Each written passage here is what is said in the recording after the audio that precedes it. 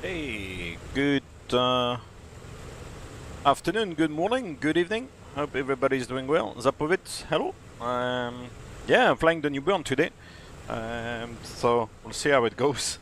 It kind of looks a little bit alien to me, but I'll do my best and try to give it justice. Of course, I'll use the artificial flight engineer because I mean that's really useful, and I don't know the aircraft well enough. So yeah. If you want to see me out of my comfort zone, today is the day, I guess.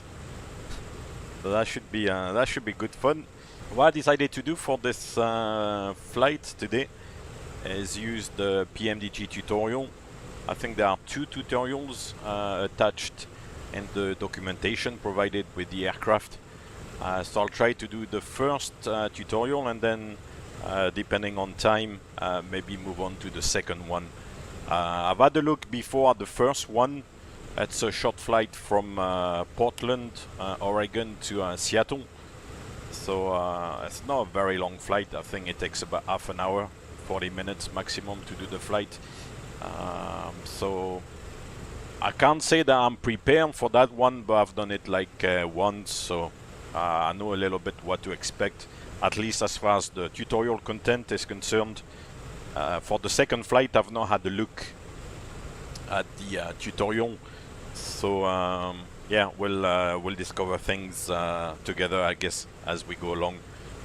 I think the second tutorial is maybe a little bit more complex, so we'll see how that goes. So here's the tutorial included, as I said, with the aircraft. So the DC6 tutorial. So the flight plan is here from Portland to 8 left. Yeah, those waypoints which are saved and provided by PMDG, as well as a little flight plan file. So when you launch Flight Simulator, then you load the flight plan, and the flight plan should be loaded as you saw in the introduction there. So I've got the flight plan provided by PMDG set up, and it's up here as well in the GPS, that GNS 430 Garmin GPS. So that's quite good. Yeah, we've got the flight plan in here. It's in the folders, blah blah blah. So preparing then for the DC6 flight.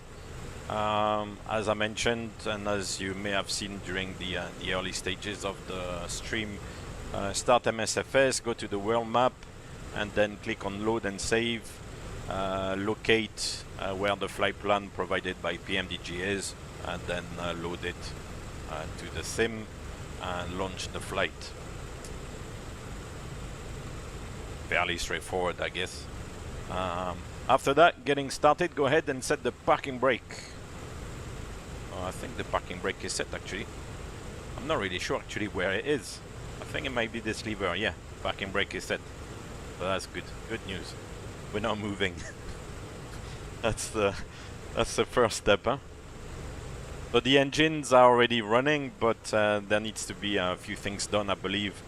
So we'll just do things following the tutorial. So if you guys have got the aircraft and are going to fly it maybe for the first time, then I think the tutorial is actually a good thing to use, because it kind of like shows you a little bit how the aircraft works and follow like a few steps. So after, I guess you can look at the manual and maybe depend a little bit less on the artificial flight engineer, and run the whole aircraft and the procedures and checklist by yourself. But to be fair, I think that to run the aircraft by yourself is a little bit difficult. Go ahead, set parking brake. That was set. Let's check to confirm that the flight plan leg has been entered properly by reviewing the flight plan page in the GPS. That's good. And the GPS is up here. So we've got the KPDX and then the first waypoint, flight plan. Oh yeah, here are the waypoints they're showing. Blue line here, you can't really, if you click, it doesn't really go down. And to scroll down the waypoint list there. So yeah, click the okay, you'll see the points in the flight plan. Yeah, they match. Okay, then it says we can set the ILS. So that one took me a while to work out as well, but thankfully with the tutorial it helped. It was to go to set the ILS already for Seattle. Is to push this button. The highlight there is gonna come to the nav frequencies here, and then to change you've got two knobs which are actually not easy to find, but here you can see there's a little bent arrow, and then if you go further out you've got a bigger one, but the small one is to change the decimals. So point is it 7.5? Yeah, so 7.5, and then the bigger one is to change the units. So 11075, and then click swap up and down the frequency. So now the active frequency is 110.75. That's something. And then I think it wants us to set the course as well. The ILS runway 34 should be 343. So I'll make this one 343. That's just to preset already for Seattle. When you have confirmed that the flight plan has been loaded in the GPS, click on the FPL button to return to the course deviation indication. So that's the FPL button. That's it. And after that, the switch to the moving map, turn the push cursor inner knob one click to the right. Right there.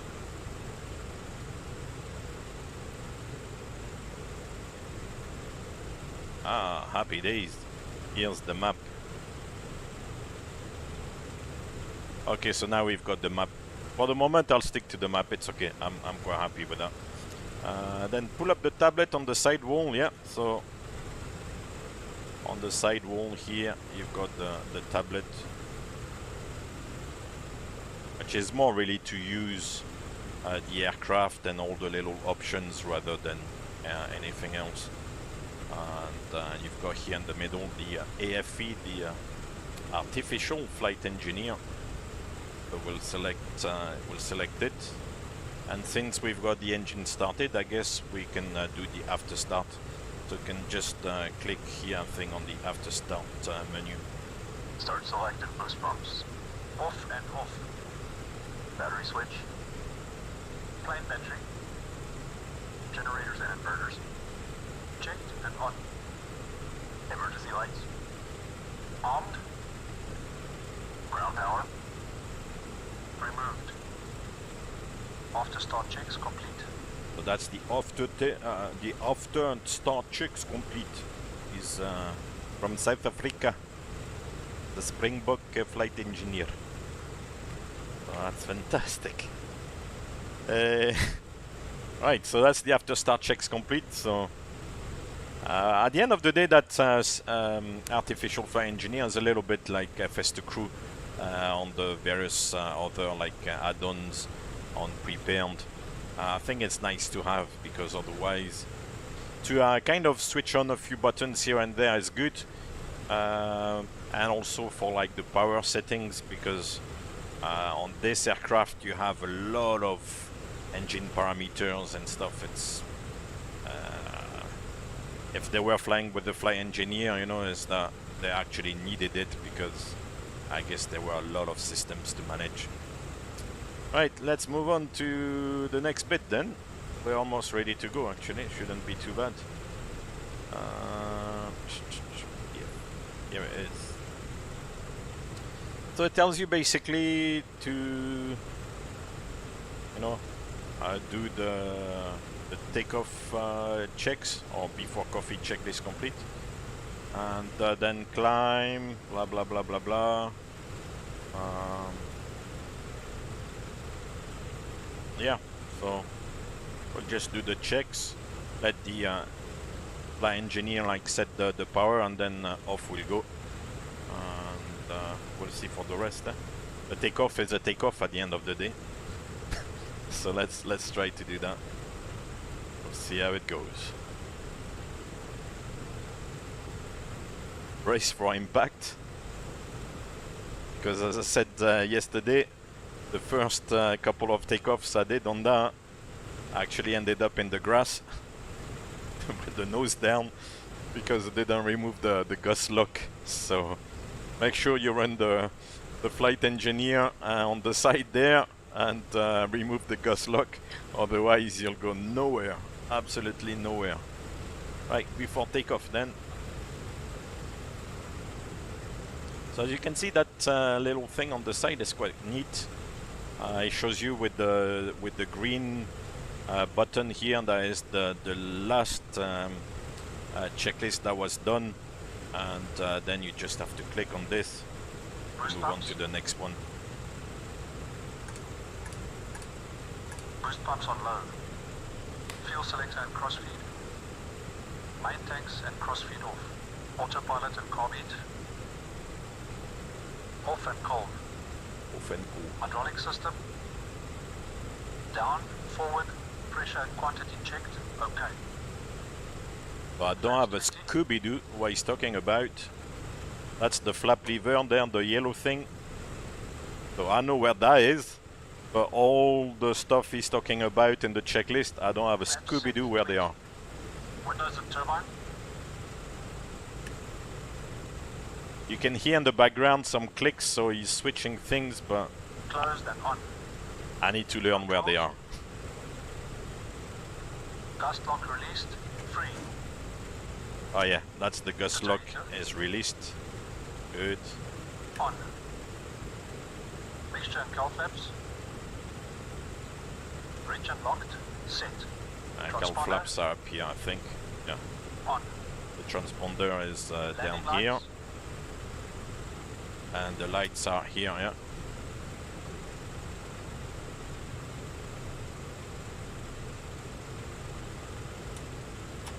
Extended and on. Before takeoff checks complete. Before takeoff checklist complete. Before coffee checklist complete. Oh, nice. Alright, let's go then. So let's have a look at this again. Takeoff dry. Okay, I guess that's the next step. The tutorial says, yeah, wait for full power to be set, and then our rotation speed will be 100 knots. Okay, and then climb between 130, 140, something like that. Okay, and then 165. So it's a slow, gradual acceleration then in the climb. Fair enough. Cool. Ready to rock and roll? Let's go. Let's go to Seattle. Right, so let's activate the next flow or checklist or whatever. 3 inches stabilize. 3 inches stabilize. Wish me luck. Getting nervous there. I've got butterflies in my stomach.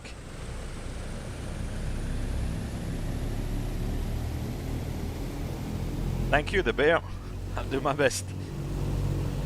So he's 3 inches stabilized. stabilizing, Cowl flaps. stabilizing the Cowl flaps engines. set. The cowl flaps are set, Going full power. and then he's asking for full power. So you can see the manifold there is increasing, the RPM is increasing. For the moment I've got the parking brake set, so it's keeping the aircraft still. Full power set. Okay, let's go! Full power set.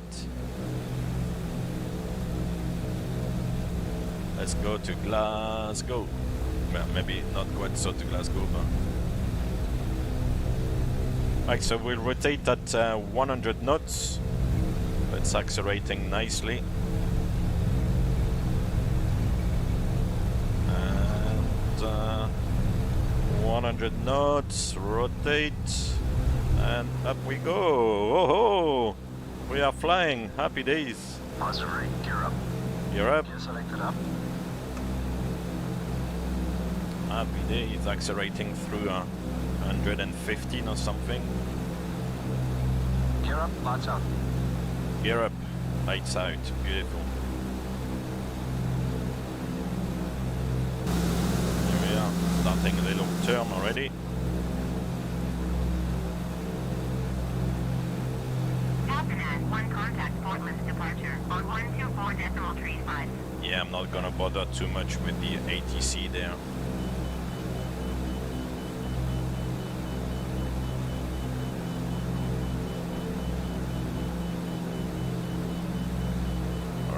So we'll stop here on this heading and keep climbing.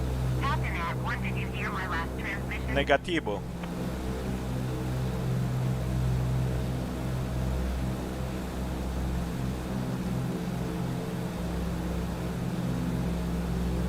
I think around 2,000 feet or something, then it starts cleaning up the aircraft. Flaps up. Yeah, flaps up now. Captain Ad 1, did you copy? Negativo. And then it's gonna set climb power.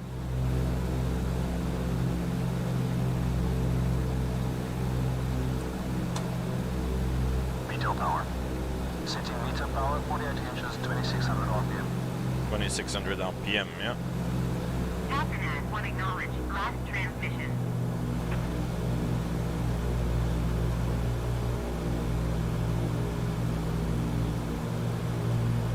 Cool.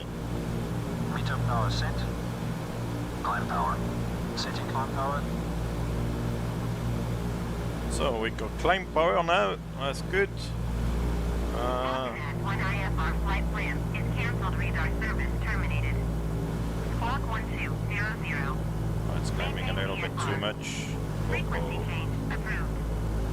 Push the nose down a little bit. We'll put on the autopilot. So the autopilot is down here. And then remove this bad boy. Takeoff checks complete.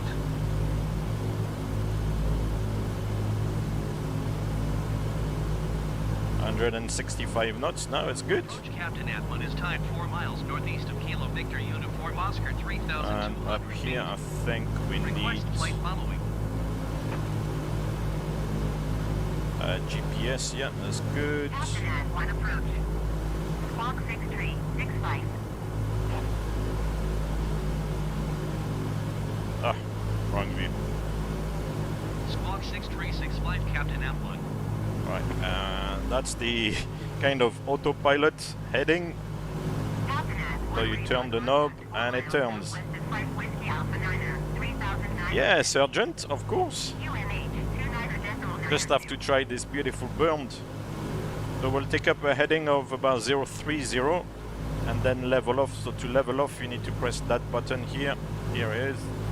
It's gonna level off. Or not level off, I mean go wings level. That's really what I mean. So that's good. Captain Ad 1, acknowledge last transmission.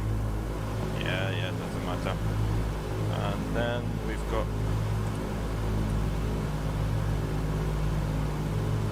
the GPS to follow now, I think. Are we on the line? Yes, we are on the line. Beautiful. Captain Ad 1, acknowledge last transmission. Ah, I'm not gonna play around with the ATC there. Cool, so it's climbing about, 170, maybe a little bit too fast. It doesn't matter really.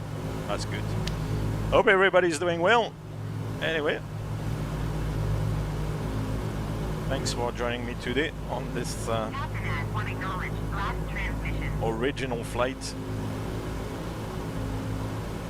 It's just the tutorial from Seattle to, from Portland to Seattle. So it's a relatively short flight. It's just to kind of get to grips a little bit with the aircraft and see how it works. Falconet 1 ATC, services terminated. Really bye-bye ATC. So it's climbing quite well, huh? 1500 feet per minute, passing 6,200 feet. I think the tutorial wants us to go to 8,000 feet. So that's what we'll do.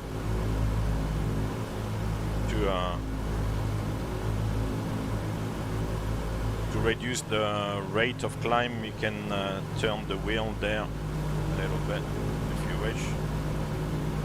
Either to increase the rate, like now, it's going over 1,500 feet per minute a little bit. Otherwise, turn it down to decrease the rate of climb. And now it's yeah, climbing just over 1,000 feet per minute. Actually, I'll keep reducing the rate because we are approaching 8,000. A maiden flight indeed.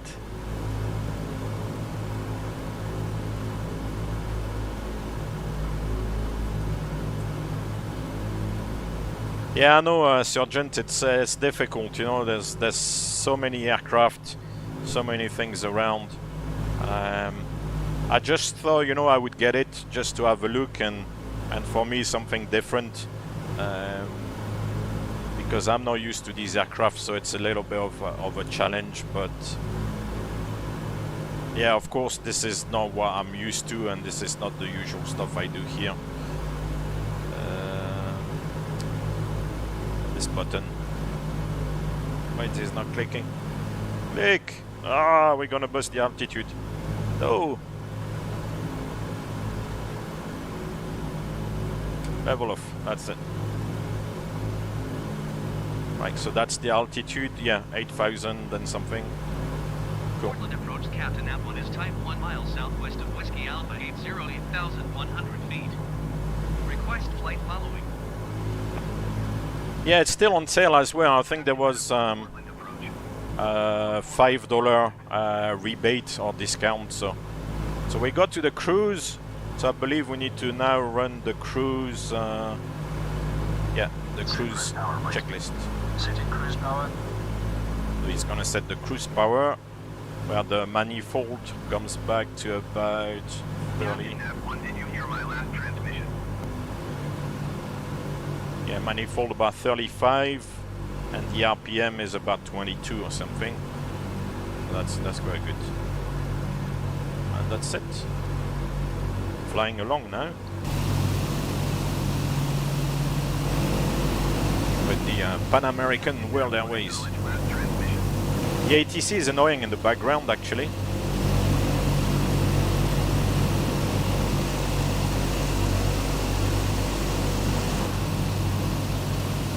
So from the outside, it's looking good as well.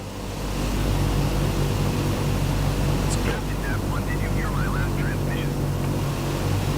Yes.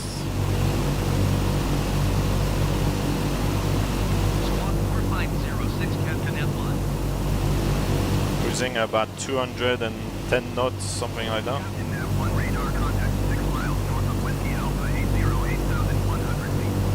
QNH 29 It's quite a scenic area with all those mountains and stuff. It's quite good. It's a little bit noisy, but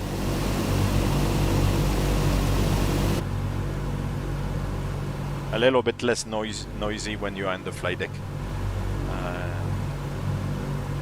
Right, so F1 ATC services terminated.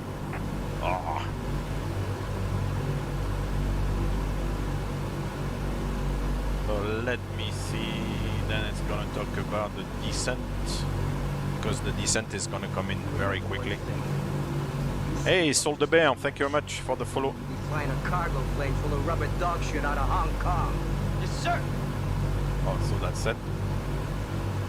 So for the cruise, after leveling off, allow the aircraft to accelerate to cruise speed before letting the flight engineer run the cruise checklist. We've already done that. Run the cruise checklist. and then descent. Yeah. So the descent, when I tried it, is quite tricky because the aircraft actually accelerates a little bit in the descent, and then you're supposed to decelerate to about 170 knots to start extending the flaps, but I've actually not managed to decelerate the aircraft, even you know, level flight. So yeah, I may have to extend the flaps beyond their extending speed. Zapovitz, I'm not sure about the EFB, if it has a moving map. I've not explored everything yet. So yeah, I'm not sure. Yeah, I could fall down gracefully indeed. The settings for the aircraft as well are all kind of set to the minimum, so there's no stress on the engines, on the aircraft. Everything is kept basic for the moment until, you know, I get a little bit more familiar with this, because for the moment it's still a bit of a struggle.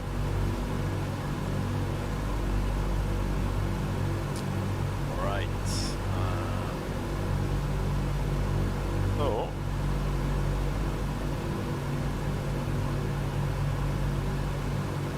this bad boy here says we should descend to 5,000 feet. Yeah, 5,000 feet we need to descend, so it's gonna take 3,000 feet. 500 feet per minute is gonna take 6 minutes, which is 0.1 of an hour. And it says descending at 220 knots, the result should be 22 nautical miles.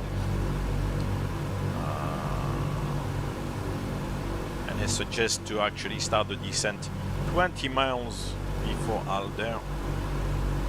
Okay. At the moment we're not very far from there already.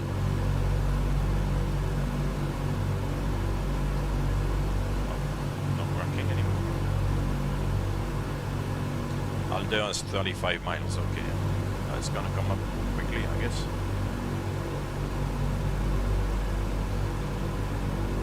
Cool, so we got a tiny bit of time, that's good.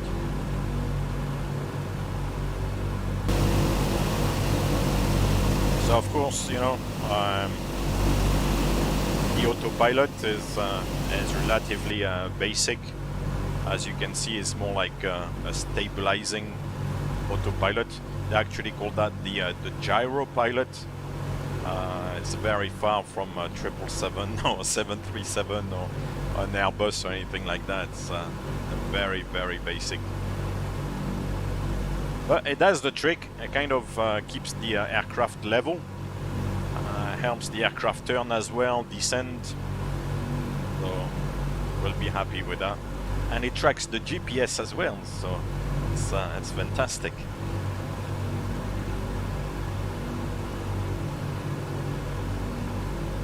Yeah, it has a nav function. At the moment, we are locked on the GPS, so up here on the GPS, you can see in green there it says GPS. So the navigation is locked on the GPS, and then when we look down here, it's actually a weird thing, but the autopilot has like 3 modes here. To the left is gyro pilot, as I said, which is more this kind of stabilizing thing, and then in the middle is localizer. So at the moment we are on the localizer mode, which is a little bit kind of counterintuitive because it's not only for localizer, but it's for any kind of navigation input. So like probably a VOR, localizer of course, and also like the GPS signal. So at the moment it's yeah, basically tracking the navigation with this localizer mode. But this will be a kind of nav function indeed. And then to the right you have approach, which I've not really seen work too much, so I'll have to see how that one goes. Maybe we'll see as we get into Seattle. Otherwise, I'll fly manually. We'll see how it goes. Right, how are we doing with Alder to start the descent? Seattle Center, Captain App1 is type 11 miles southeast of Whiskey. Oh yeah, we're approaching 20 miles. 100 feet. Oh, Request flight following. so Captain App1 Seattle Center. Squawk 0535. in that case, we're gonna remove the altitude control here, switch it off.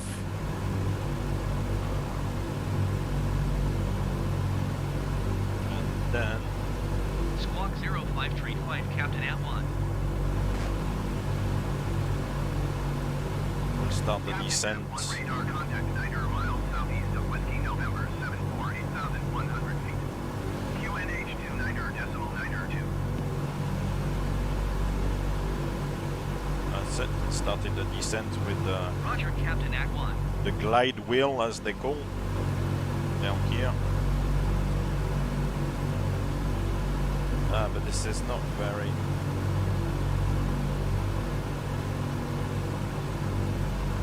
Need to increase the rate a little bit. Oh, and I forgot the descent checks. Ah!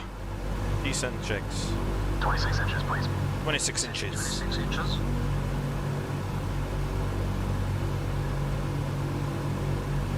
Fantastic. 26 inches set. So you see it's kind of picking up a little bit of speed. And it's set Instruments. Cross-checked. 26 inches of manifold pressure here. On. Engine blow is low. Low. Descent checks are complete. Descent checks complete.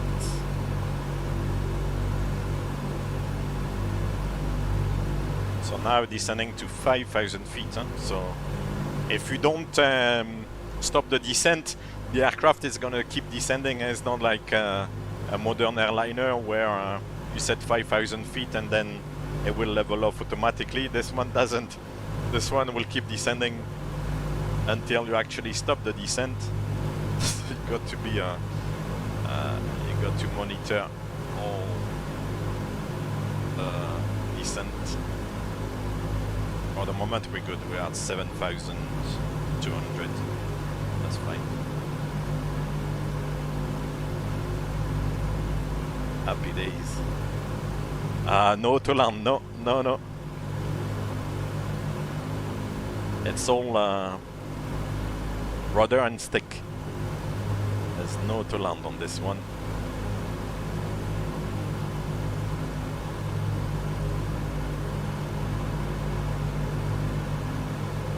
That's a beautiful landscape around here.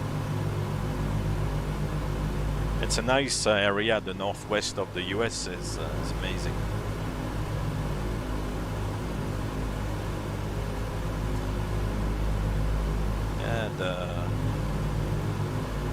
The manifold here actually has increased to 27 inches. One contact Seattle Center on 126.6. 126.6 for Captain App1. Here, yeah, good. We got 8 miles to run to Alder. That's fine.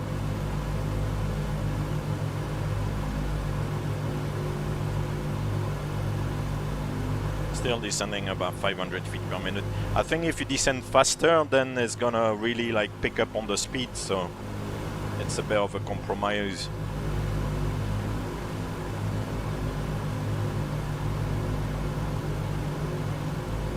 It's doing well so far. Seattle Center, Captain App1, 6,400 feet. Captain App1 Seattle Center QNH 29.902 continued to alter as planned. Continue. Watch out. Captain App1 contact Seattle approach on 126.5. Right, so 1,000 almost to go. 126.5, Captain App1. And 4 miles to Alder. It's looking good. It's looking good.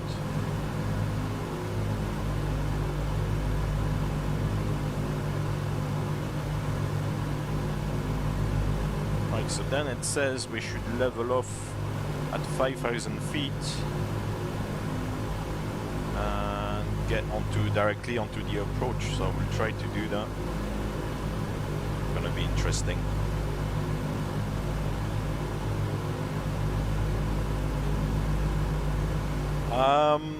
The hand flying is a little bit kind of in line with the rest of MSFS. I find the flight model a little bit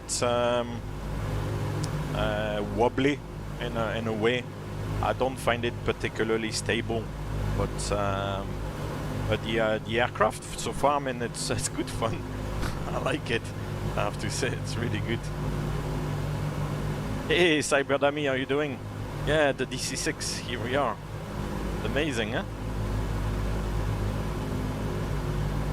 It's a good aircraft, it's fun to fly.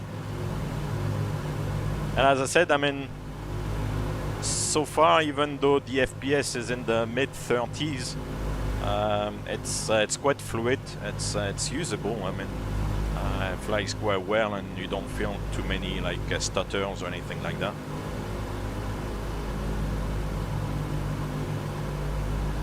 Yeah, that's MSFS 20, yeah.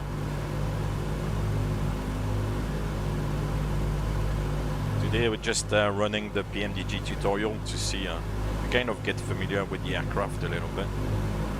Right, so we're gonna approach 5,000 feet. Need to... Oh man, this is difficult to activate actually. Level off here. Not sure if it's exactly 5,000. Ah yeah, close enough. Seattle approach, Captain, at 5,100 feet. Okay. And now let's see for the navigation to the next point. Okay, yeah. So after Siduk, then we turn inbound for the ILS already. Oh, good. Okay. Still somehow flying VFR, you know, IFR, I mean. No, I've done a few Sergeant, I've done a few streams with Flight Simulator, like VFR flights with some of the viewers before in the past.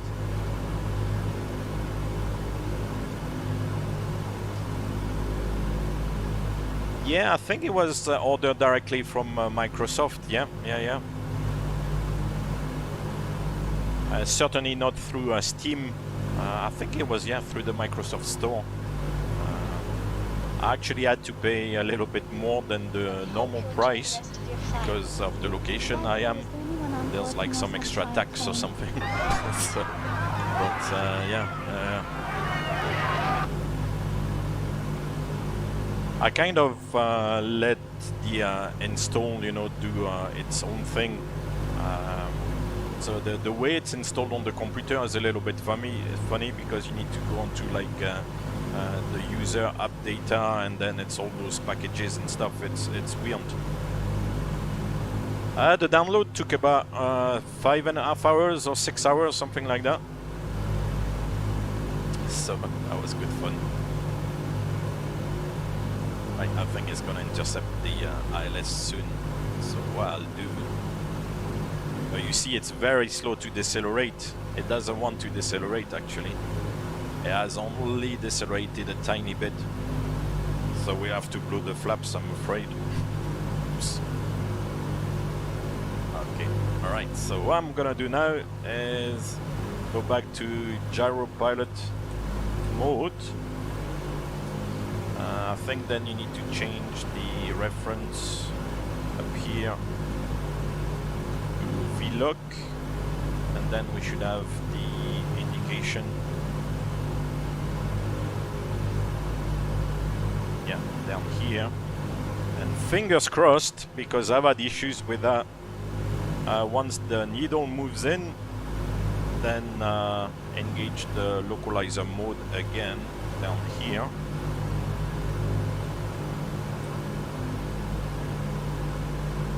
And yes, it's tracking. That's good.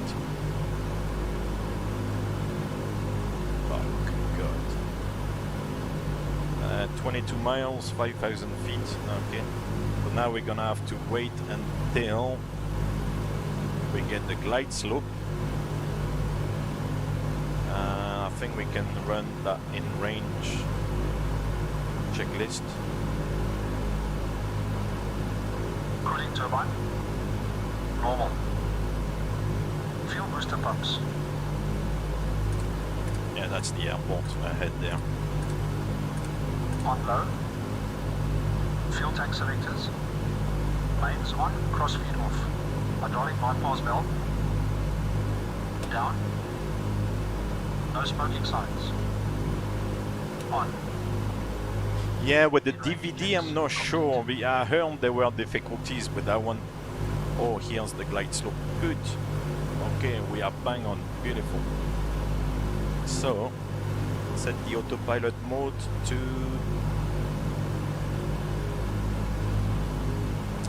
Yeah, it doesn't want to decelerate. It's very slow to decelerate.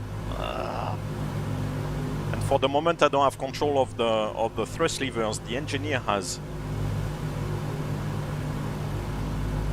Right, so approach mode is down here.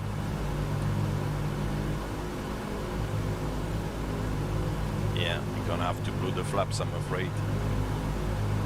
Don't do it at home.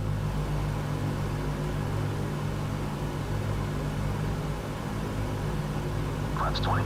Flaps 20, Setting yeah. flaps 20. Yeah, so I'm blowing the flaps, but there's no other way to do it. And it's gonna extend the gear as well. And now I've got control of the thrust, but not before. Amazing. So let's see if the glide slope gets captured as well. 20 flaps set. 20 Please flaps reach, set. please. Auto reach. Mixture set. Gear up and down, please. Gear up and down. The gear is coming down. Not sure what the gear is actually.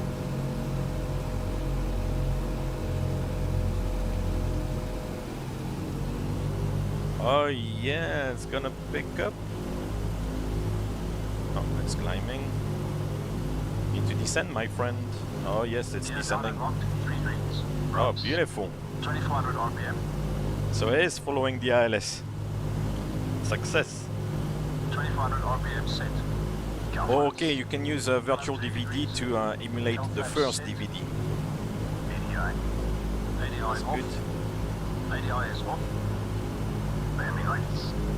Speed good. Extending lights. So that's one thing with the artificial fly engineer is as you saw there, you have to kind of you know, extend the flaps beyond the flap extend speed. I don't see any other way. I know we were level 5,000 feet for quite some time, and the fly engineer has control of the power, and the speed doesn't come back. So Before landing checks complete. you only get controls of the thrust levers once the landing checklist is done and the flaps are extended. So that's quite a weird one. Hey Kyle, how you doing? Il Pilot, ça va? J'ai pas regardé le match de la Belgique hier soir, je sais pas quel était le résultat. Right, and let's flight manually now. So I think we disconnect down here.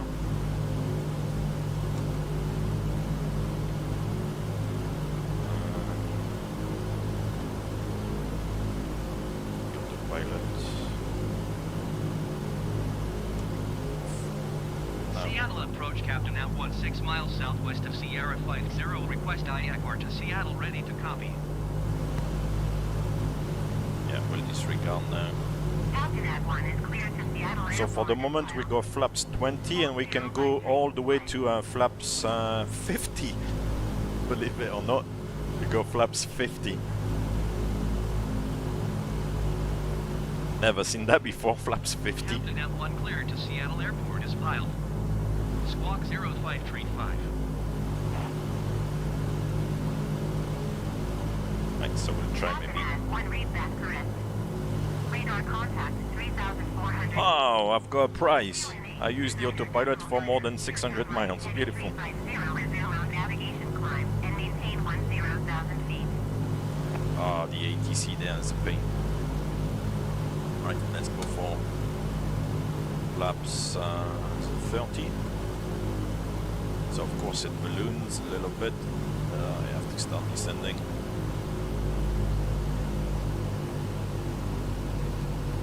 But now, like I'm flying manually, it kind of feels, as I said, a little bit more wobbly. It's all right.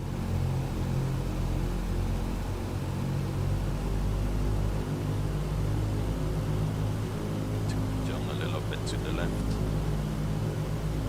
I will try to maintain between, I say it very loosely, between 100 and 120 knots. Hear my last transmission. And see how it goes. We're going on to 3-4 left in Seattle here.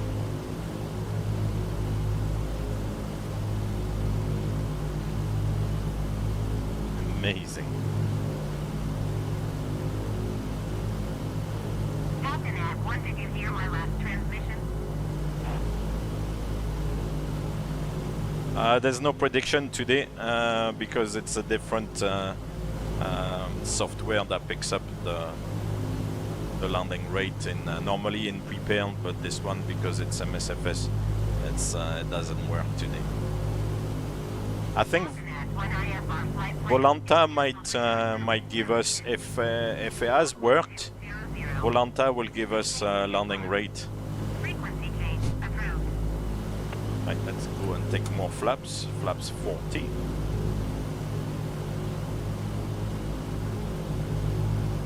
Beautiful, huh? Seattle. Amazing.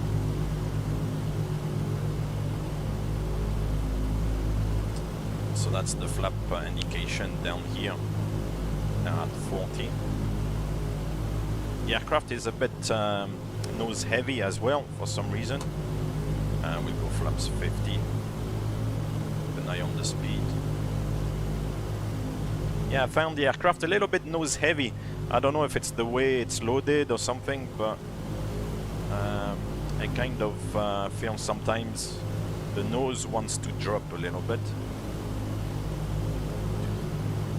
Descending. But yeah, we'll maintain, as I said, very loosely between 120 and 100 knots, something like that. So that's 120 here, it's maybe becoming a little bit fast, and 100 knots, something like that.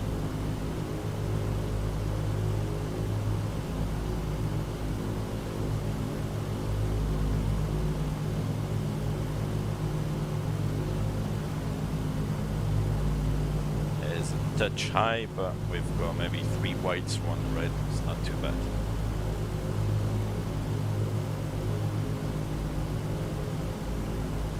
And 2 whites to red, not good.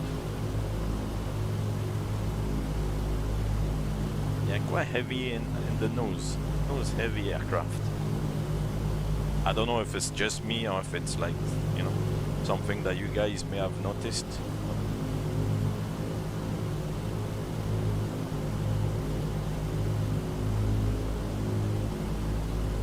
You see there, as soon as I kind of let go a little bit, it wants to dip the nose. We are.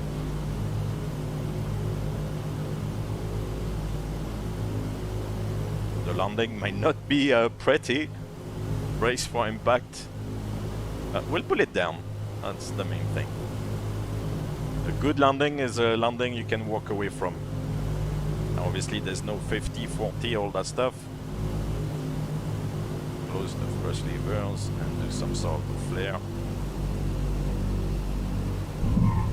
Ah, no bad. We made it.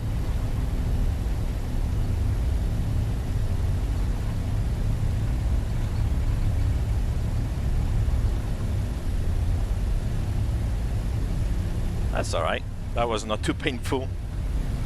Oh, my back.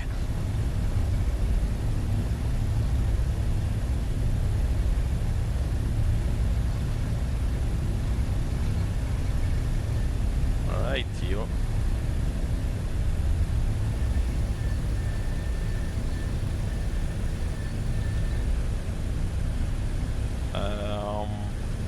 So, yeah, this actually didn't take too long because the tutorial there is quite quick. So we'll cross the 2 runways, the center and the right runway, and we'll go and park somewhere. And then we'll try to have a look at the second tutorial.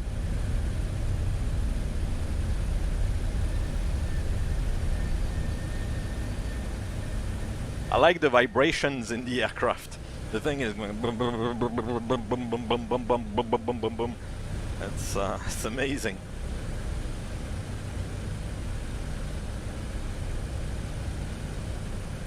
Where can we go and park? Oh, let's go and park somewhere. I don't know. Ah! I'm gonna end up in the grass there. Jeez. Right, so that was not too painful. I will do the second tutorial, see what it's about.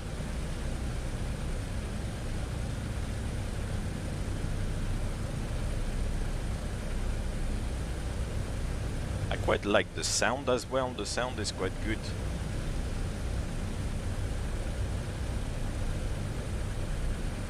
Let's go and park next to those more modern aircraft.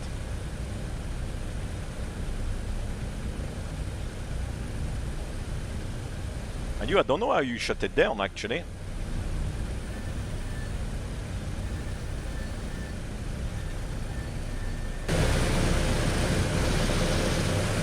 Ah. Now where am I going there? Oh, that's the view I wanted. Maybe it's a good idea to retract the flaps.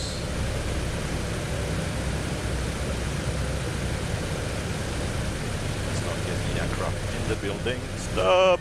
Ah! Good. Ooh, the brakes are smoking. Are they not? Oh yeah. I burned the brakes. I know. Ah no, I thought I could see smoke.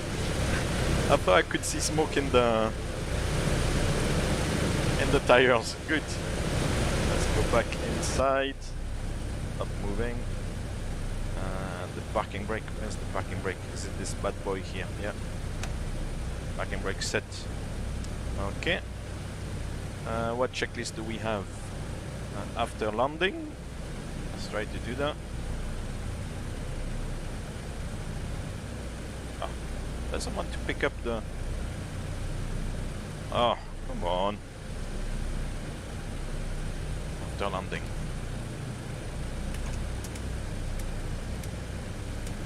Should have done that earlier.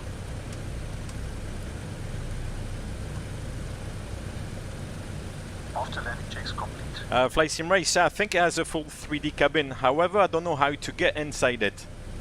So if you guys know how it works, then please tell me, because I don't know. I'll have to find out. And parking. Parking brake set. Cut engines. Where do you cut down the engines?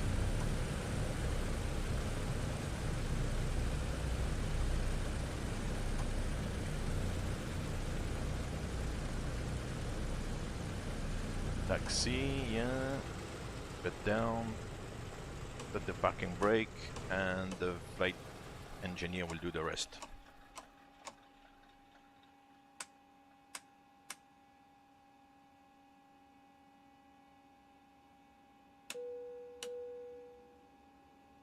The PDA up. What do you mean the PDA? Top of it.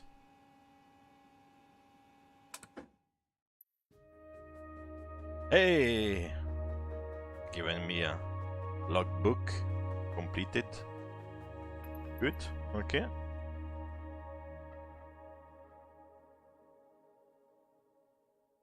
And oh, also on Volanta Volanta. Good. Let's complete the flight on Volanta. Beautiful. Continue. Parking checks complete. Airplane secured. Airplane is secured. Right, so yeah, I mean, as I said, we can kind of have a look at it together because I've not read all the documentation, far from it, so I'm not really sure what's and all that stuff. Looks like you've got the ramp manager here for the external items, tow bar, tractor, wheel chocks. You can maybe put them in place.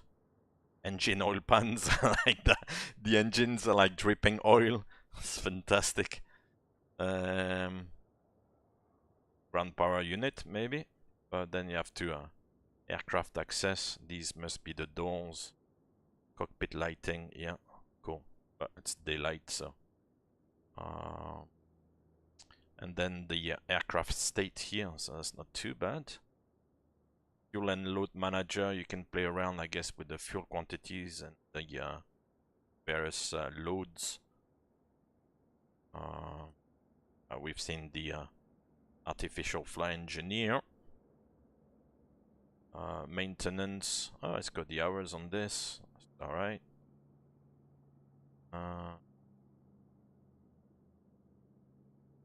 Engine stress visualizer. Oh. Have we overboosted the engine there? Uh-oh. Engine not operating. Ah, no, that's... Ah, okay, that's like a monitoring thing. So obviously the engines are not running, so... that's what the crosses are about. Okay. Otherwise, during the flight, if you are getting into like a stressing situation for the engines, then it would show... with the various colors. I guess it's like a traffic light system. If it goes into red, then you're stressing the engines. Oh, cool. Then the options. So yeah, the realism options I saw somewhere that initially, at least, to switch everything off, so that you know, the aircraft is not overly complicated. And then as you become more and more familiar with the aircraft, and you can start enabling some of those realism options. But initially, I think kind of keep it on the low side. Cool. So yeah, that was not too painful. We'll try then, I guess, the second tutorial. This one I've not really looked at before, so we'll find out together, I guess, and see how it goes. So, let me see what it looks like. Oh yeah, here it is. Tutorial 2. Disclaimer, copyright, blah blah blah blah blah. Welcome to tutorial number 2. In tutorial 1, we provided you with a good understanding of how to operate the aircraft. Good understanding, yeah, maybe. By the end of this tutorial, you should be able to fly one of the most advanced versions of a commercial propliner. Yeah. Very nice. We will expand upon the concepts of tutorial 1 by including cold and dark procedures and VOR to VOR navigation. So, no bad. Yeah, I like it. I think it's good fun. I really do. It's totally different for me. It's a little bit alien, but in a sense, it's kind of part of the fun. So, no, I enjoy it. I'll try to dig into it a little bit deeper, without probably like becoming a specialist of it. But I'll try to look into it a little bit deeper, you know, as I go along. I think it's nice to use the virtual flight engineer, because there are some of the settings, I think, which are like possibly a little bit difficult to kind of do yourself, like, you know, single pilot. I think it's a good help. It's a little bit like, as I said, like FS to crew, you know. Routine flight to Fort Lauderdale. Hey, Kumpel, thank you very much for the follow. Shut your Welcome face, to the Henri. channel. Smooth, Captain. Very smooth. But yeah, the only thing I'm a little bit puzzled, as I said, is as you saw there on the approach, is to be able to decelerate to then extend the flaps.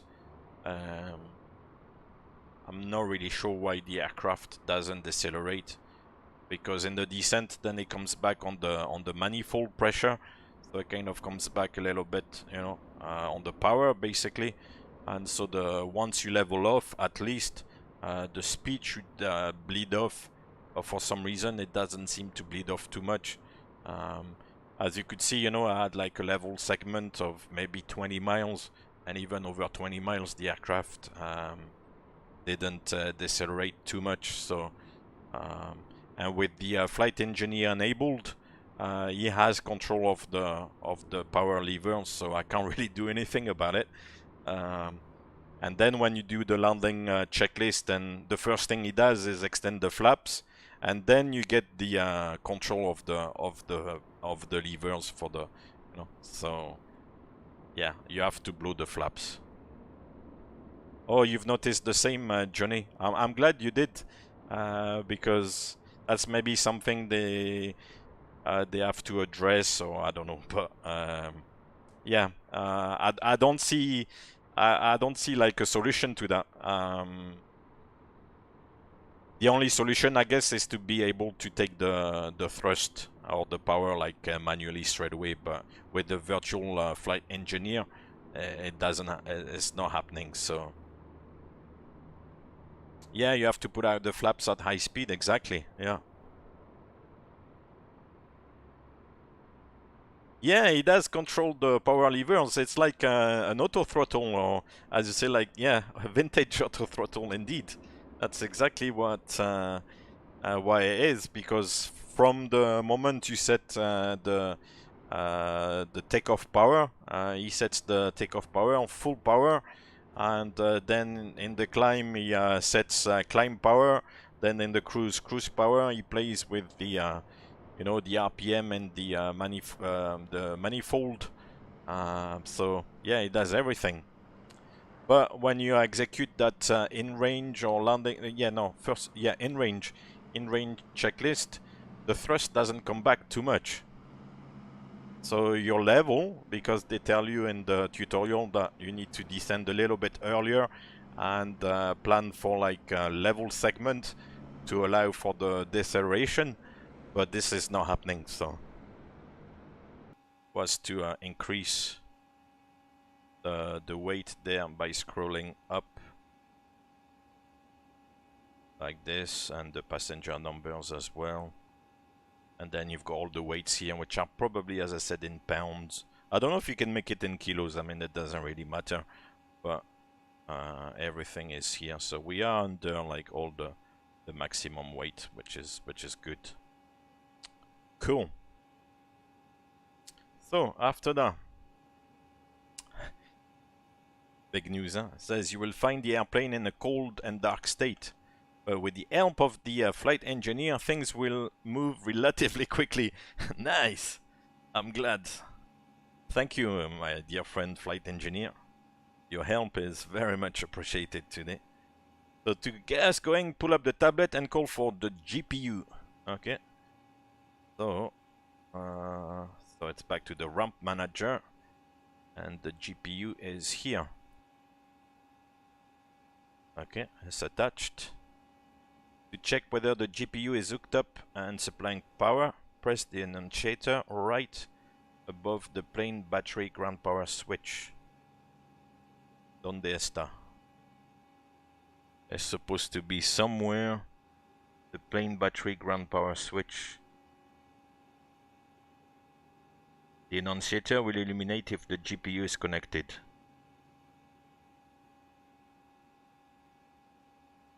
So let's try to find that thing. I suppose it's somewhere on the overhead panel.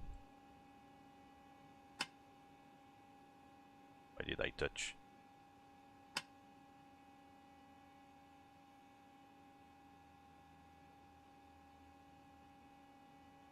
cabin supercharger or pressure. No, maybe not. Where the hell is this thing? Oh, plane battery? Oh yeah, plane battery, ground power. So what does it look like on the manual?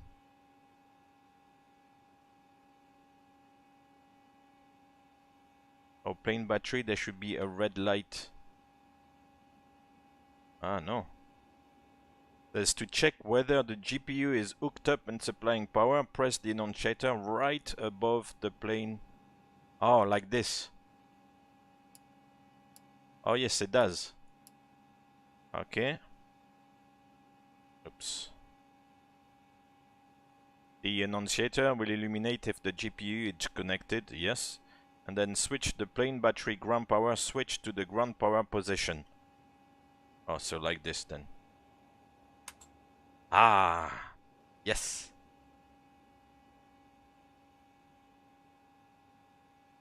Oh yeah, no, that's why I said like today we are all learning together because I don't have a Scooby-Doo. And yeah, that's part of the fun, I guess. So we'll just fly and go along with the tutorial and see how it goes. Right, so that's the famous switch I was looking for. Good. So we've got the ground power now. Excellent. And now the annunciator, that kind of orange light is on. So that means the ground power outside is connected to the aircraft and is basically feeding the aircraft with the electricity. Good. So then it says pull up the tablet and go to the flight engineer page and run the before start checklist. The flight engineer will set everything up. Thank you, flight engineer. Right to the point where you will start the engines. Happy days. So yeah, let's try that before start. Cockpit pre-flight. Can you open the side window? Good question. I'm not sure. Completed. Voice recorder. Oh yeah. Tested. Drag left to Oil open. coolers and cow flaps. Auto and position. Fuel and fluids. Checked. Pressurization. Set. Manifold and duct pressure. Checked. I am dragging. Radios. Click the red latch first. Checked. Where's the red latch? Hatches. Oh, this one. Ah. Closed. Ah, sorry, I just let go of one there. Out. Gear pins. Removed. 3 on board. Seat belts and pedals. Adjusted. Throttles. Happy days. Set to idle. I'll have to think about like closing the window though before going, because otherwise it's gonna be very noisy. Before start checks complete. It's the best window ever. It's actually quite neat the way it's been done. All the way back. You've got direct view over the outside. Amazing. Nice vehicles and stuff. Yeah, we get some fresh air. You know, the air conditioning and pressurization in the aircraft. It's not good for your nose, for your lungs. It's very dry. You'd like some fresh air. Right.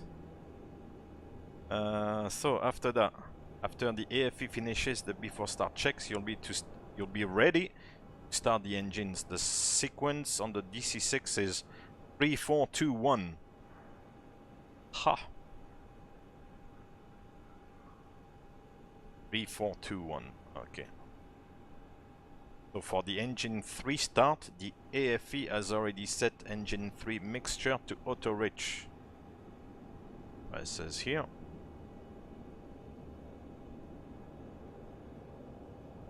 Start engine number 3. Set the engine 3 main fuel booster pump to low. Press the start safety switches. Single click on any one of those will trigger both switches simultaneously.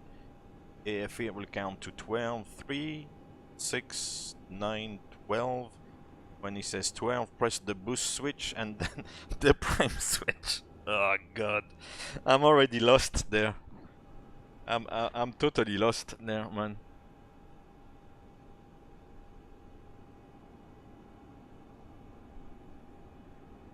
Oh god. Right. Let's get some more fresh air there. Yeah, good. Let's try to do that then. Right. And right. So let's concentrate.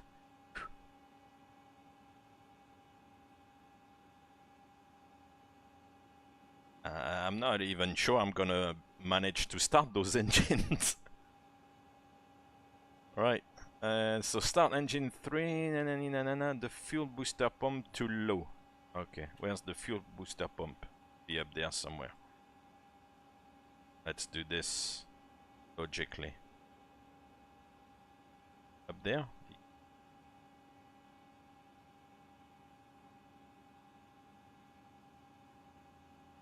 Fuel booster pump. It is on low already. Yeah, it's on low. Yeah, on low. Press the start safety switches. A single click on any of those will trigger both switches. So where are those switches? Engine start safety, yeah. So press. And when the FE says 12, press the boost switch. The boost. And then the prime. Ah, okay, yeah. Let's try. So. 3, 6, 6, 9, 9.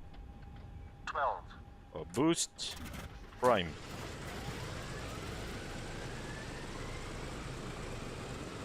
And once the aircraft is running, then it will cut. Okay.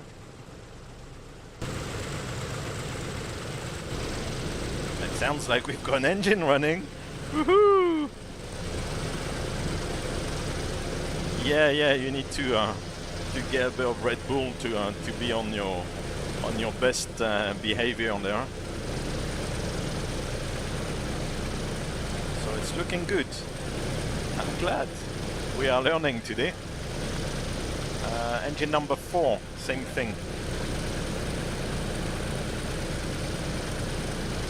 Set the engine 4 mixture lever to auto reach. Let's go back in. The mixture is down here. Auto reach. No, auto reach here. And then what does it say? Set the engine selector to 4. No, first of all, set the engine 4 ignition switch to both. Ignition switch to both. Where is that? Ignition switch.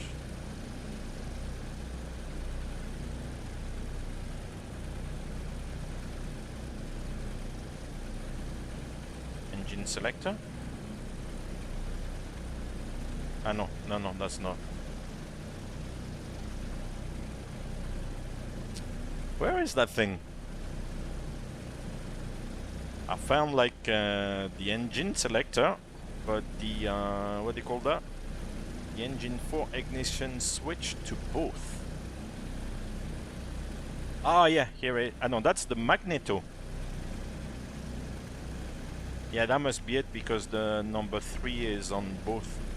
I guess on both then. We'll see if it works. Maybe no.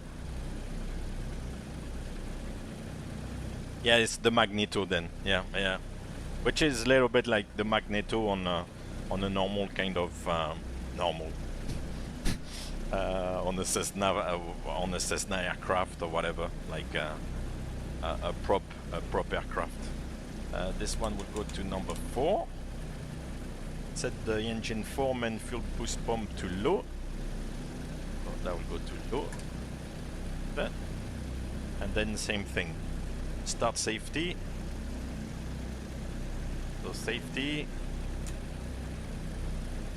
3, 6, 9, 12.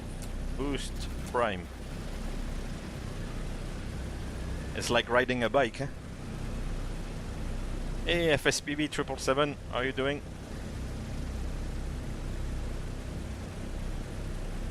Let's look outside. Yeah, number 4 is running. Beautiful. And the aircraft is shaking even more now. Fantastic. Cool. We're getting there. Alright, let's move on to the next step.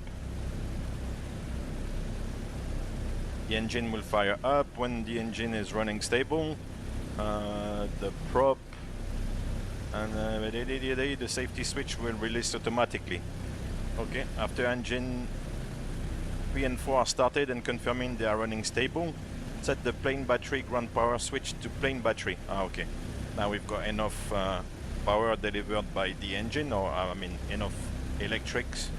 Now we can switch to the plane battery here. That's it. I'm liking this. That's great. Cool. So that's done. And then now go ahead and remove the ground power unit, of course, from the ramp manager there. Ground power unit gone.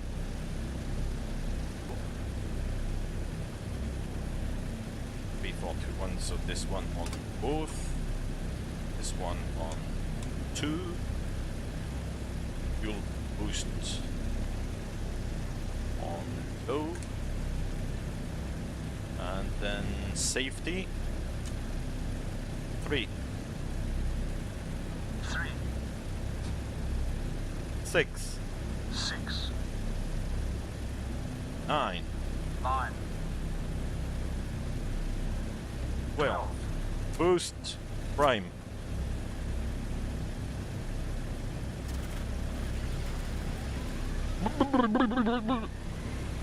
Evacuate, evacuate, fire, fire. That was good. Still vibrating. Ah, mixture. Ah. Ah. Donkey.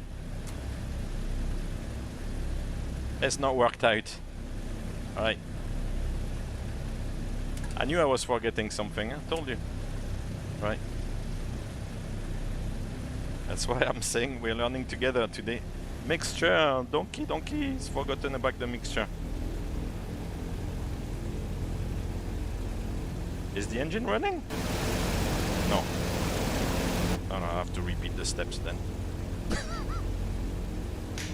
Hey, fantastic. Right, so let's try again. So we got both. 2. Fuel boost pump to low. Safety. 3. Is Springbok. 6, 9. 12. Boost prime.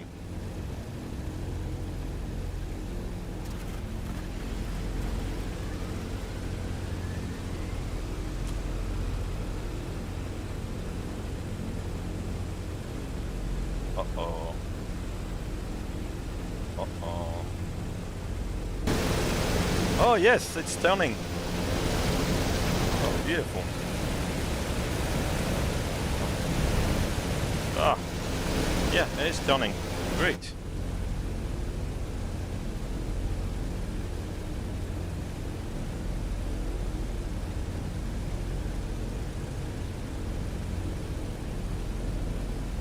Cool. So, for the number 1, try to think about the mixture this time. So lean, auto rich. Yeah, that one is rich, okay. And then once again, same steps. The magnetos on both. The fuel.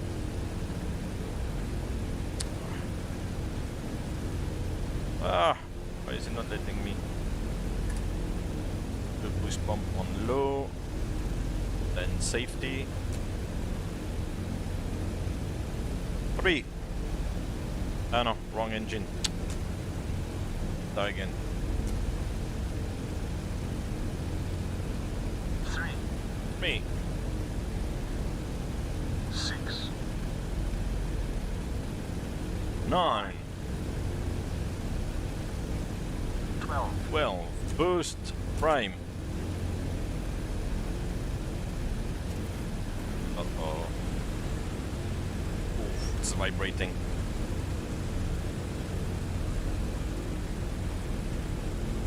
Yeah, X3 indeed. Leave the aircraft right now. Leave the aircraft. Good. Yeah, happy days. We are in business, I think.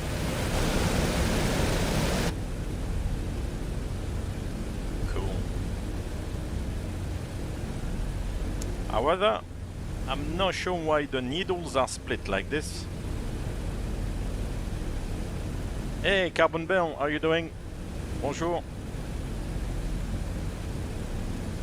Alright, so let's run through the tutorial there. Number 3, number 4. After having started all 4 engines, yeah, go to the flight engineer and run the after start checklist. With my beautiful Springbok accent. So, where is it? Ah, here it is. After start checklist. start selecting boost pumps. Off and off. Battery Okay, switch. yeah. Off. Plane battery. Generators and inverters. Main battery. Checked and on. Check Emergency and lights. Armed. Ground power. Removed. After start checks complete.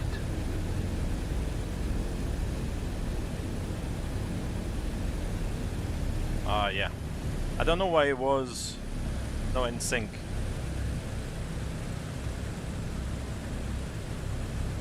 Yeah, that's why the needles were split, huh? When the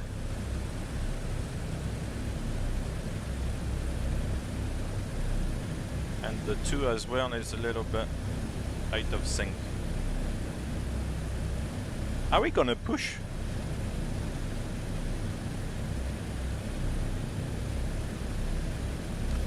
You are still dangerous.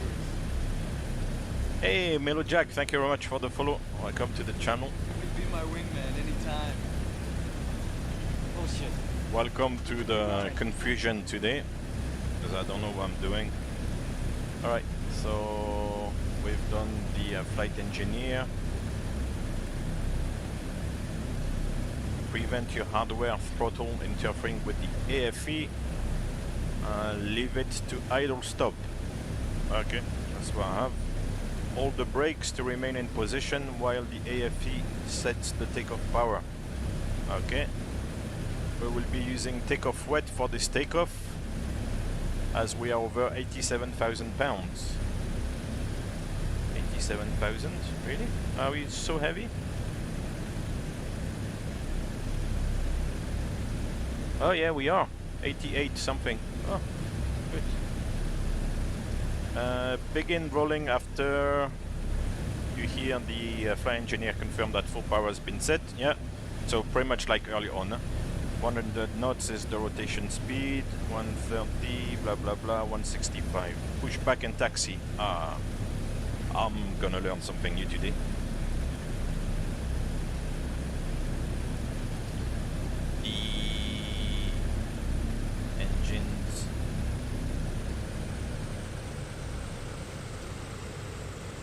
They're all at idle, I think, here. Right, so use the simulator's pushback. The default command for pushback is Shift plus P. Okay. Use the airplane reverse pitch capability to reverse out of your parking bay prior to taxi.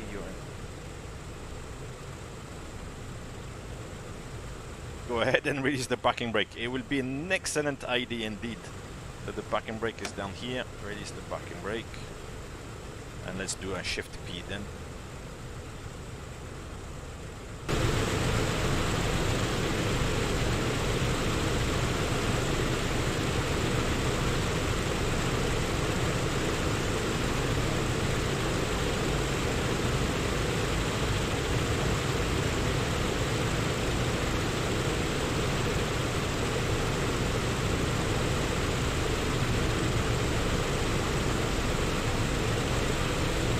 Oh, you can drag it. Okay. So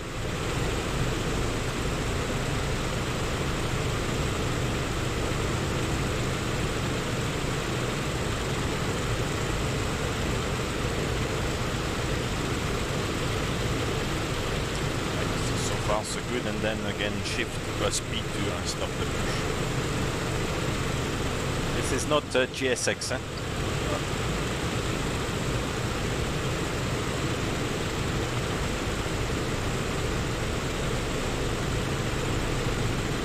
Johnny, I think this one goes to Vancouver. So Seattle, Vancouver. Right, we'll put the tail over the grass, or at least over the taxiway edge.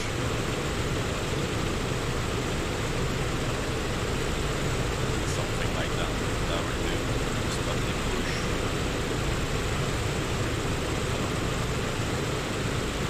Stop! Ah, that's it. Good. Wrong button. Next up. Go. Right, next.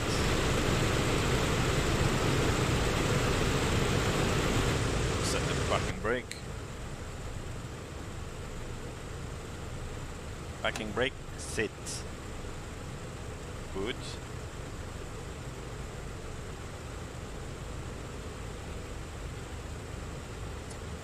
Cool. Yeah, because there's a lot of functions with MSFS I'm not too familiar with because I don't use MSFS very often. So I'm not overly familiar with some of the functions. So we can drag the tablet. With this? No.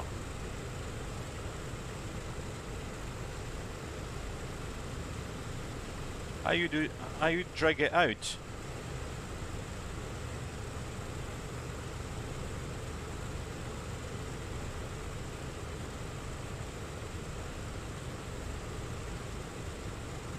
Yeah, how do you drag out the tablet? This is the power button, but I don't want to switch it off.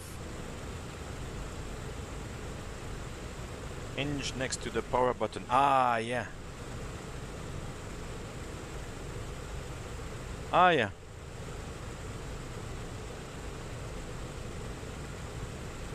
So you open it, yeah, you open it up like this. Ah, beautiful. That's nice. But that's where it stays, eh? It doesn't go any further, does it? And IFE, of course. Oh, okay. It doesn't go any further. Good. At least, yeah, you don't have to. It's kind of at the same level. You look at the flight deck and then down here. Yeah. Cool. Sorry about the changes. Right. So the parking brake is set and start the before takeoff checks. Okay. Let's do the before takeoff checks. Boost pumps. Pumps. Boost pumps on low. Fuel selector and crossfeed. Main tanks and crossfeed off. Autopilot and carb heat. The carb heat is down Off and here. hold. I think it's those blue Hydraulic system. levers. Down, forward, pressure and quantity checked. Okay. Flaps 20. The flap lever is that yellow thing down here. And that's the flap indication here on the... Flaps set 20. Cool. 20. Windows and turbine.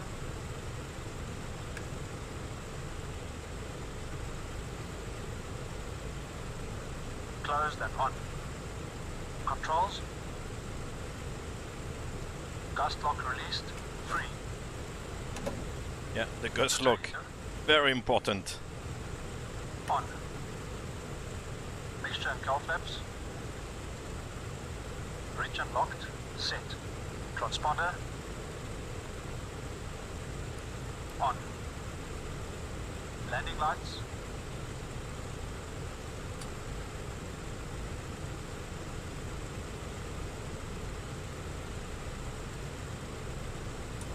Yeah, I don't know. It said like start the before takeoff checks and then Checks complete. release the parking brake and taxi to the runway. So that's why I did it now.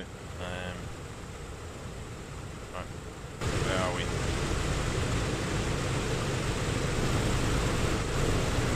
Oh yeah, we can turn to the left. Mind you, what's the orientation here? For runway 34. Ah no, we need to go to the right. Oh, it's a long taxi. Need to taxi to the south to then take off to the north. Yeah. Okay. So clear right, clear left, and let's taxi to the right then.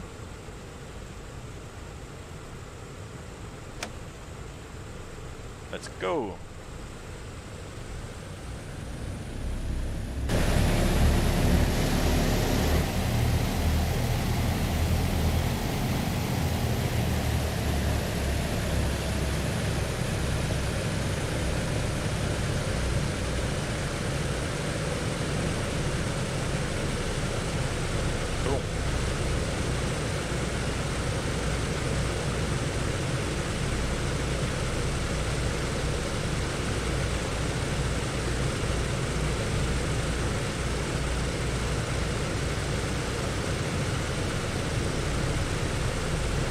Kind of cutting the corner a little bit there. Hey, Strato, thank you very much. Enjoy. Have a good one. We'll see you next time.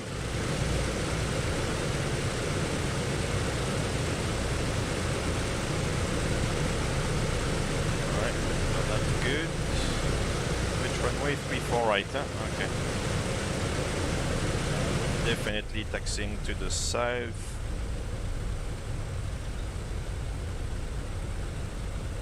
Yes, we are. Good. Okay.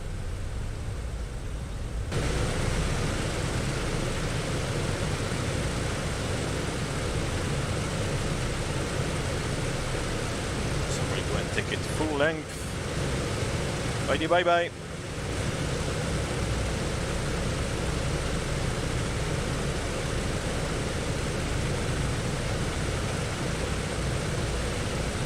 The airport, they for a default airport, they did a good job. It does look somehow like Seattle indeed.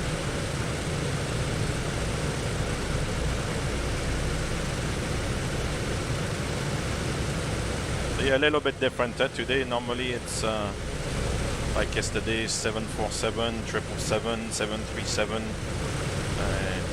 Today it's something totally different. I'll try to do some of this. The brakes are like are squeaking.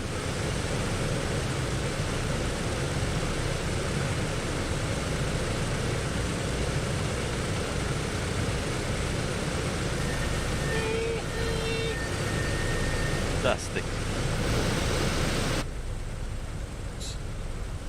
All right, so what's the next step? I will just go to the holding point, stop.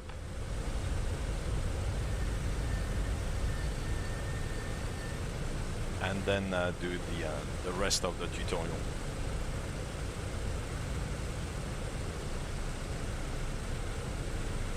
Yeah, I'm impressed by the default scenery for Seattle. It does look like Seattle. It's quite good.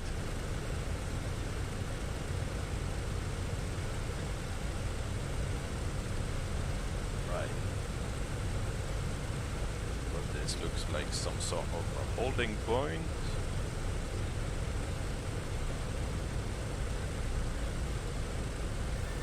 Right, so we'll stop here. Anyway, there's no...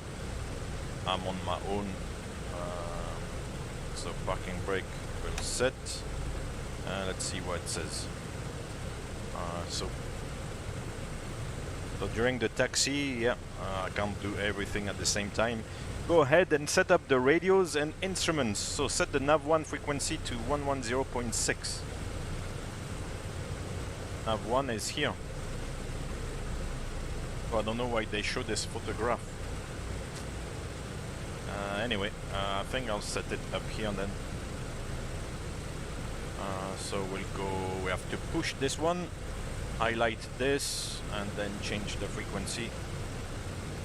So 110.6 for Everett. And make it active. And set the nav1 standby frequency to 115.9. That's the Vancouver viewer. Oh, ready? So decimal 9, 115.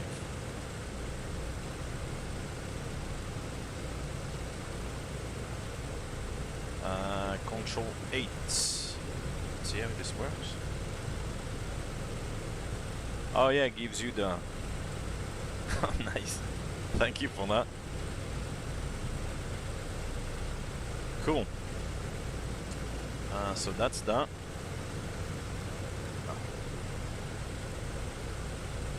Then set the course on the Bendix VOR1 head to 344, which is the radial to Everett. When you are ready, taxi runway for takeoff. Na-na-ni, na-na-na. Do the takeoff wet and full power. Okay, then you climb. Okay, so let's go back. And we'll do this step there on the VOR1 button. Here, set 344. Thank God they kind of highlights the course 344. Okay. And one last thing is that we need to change that to a VLOC.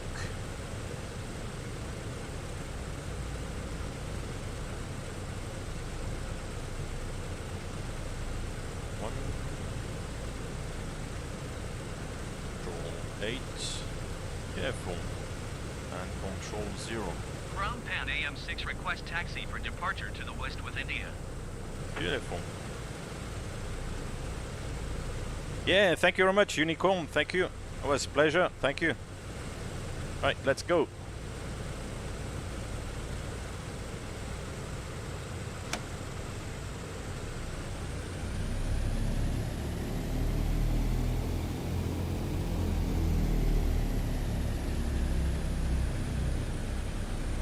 This is runway 34 right. Yep.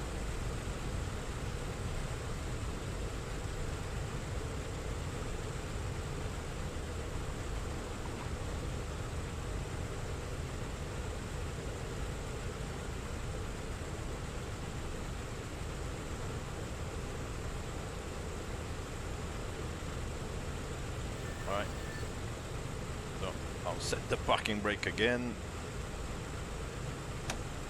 Parking brake set. And we'll run the flight engineer wet. Water injection.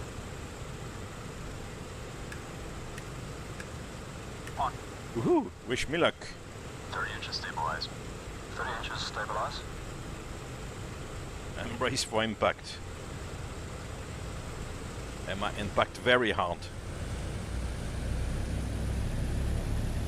So that's a good sign.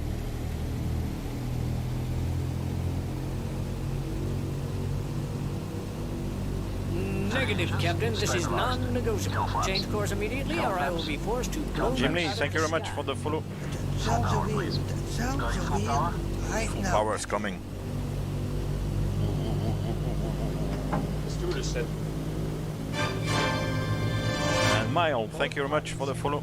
"Can you fly this plane and land it?" Surely you can't be serious. I am serious.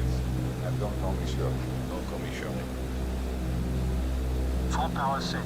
Full power set, parking brake released, off we go.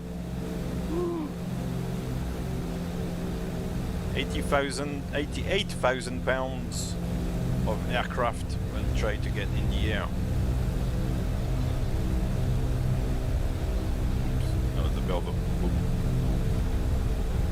100 knots is the rotate speed, so try to stick to that.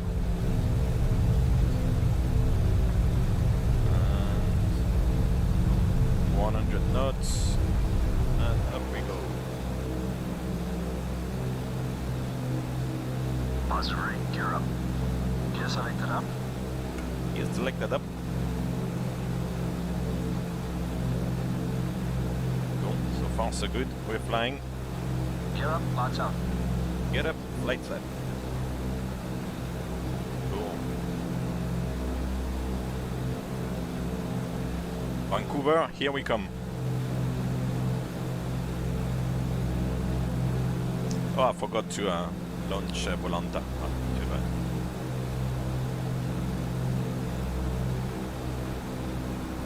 Amazing, eh? Seattle. Oh. Where are you going, my friend? Turning a little bit to the left.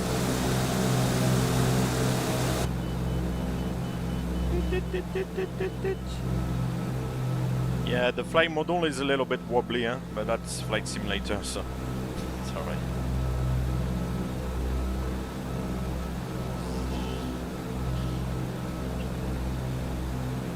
Kind of feels quite heavy, actually. There's a bit of inertia, which is nice. Flaps up. Flaps going up.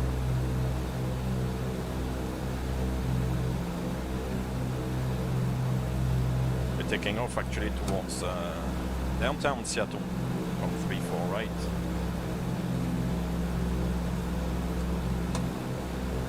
Meter power. Setting meter power 48 inches, 2600 RPM.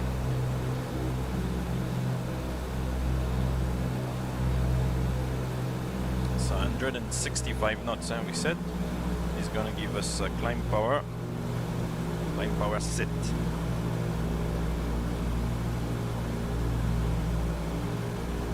Meter power set. Climb power. Climb Setting power. climb power.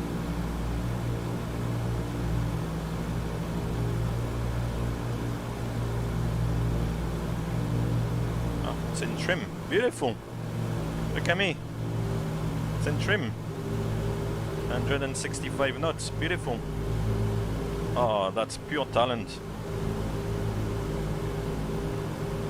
Climb power set. Climb power sit. And the takeoff checklist, please. After takeoff checklist.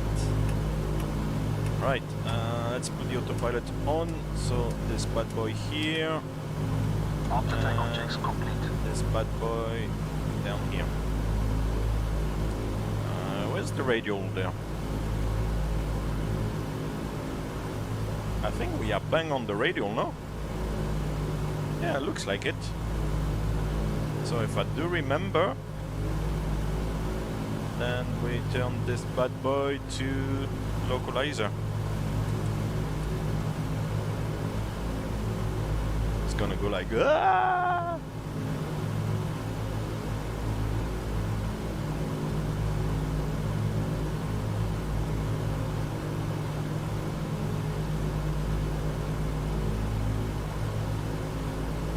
Yeah, we are tracking to Everett, Papa Alpha Echo. If we go to the map, it's here.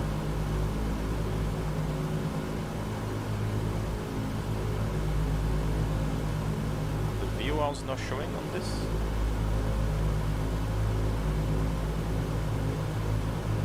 Ah, but the route is not in there, no? Is that?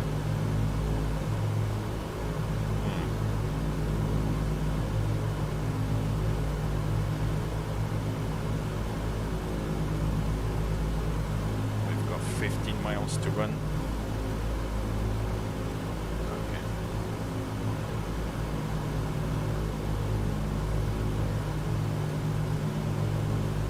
Hey, FS Simmer, how are you doing? Welcome to the stream. We're flying the DC6 today. Amazing. Beautiful bird.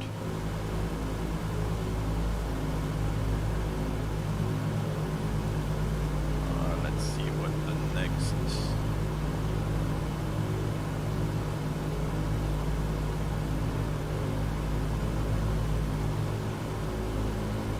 Okay, the next track is 329 as we get over.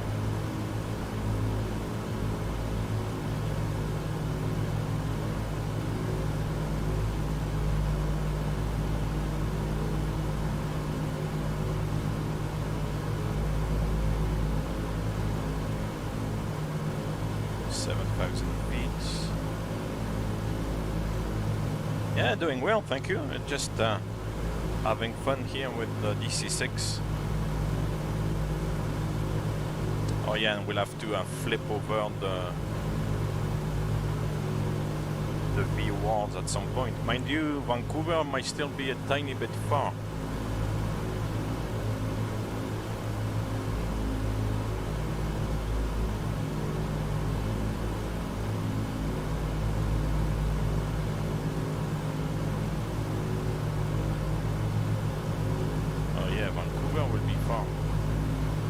For some reason, the route is not on the GPS. We'll work something out. So approaching 8,000 feet.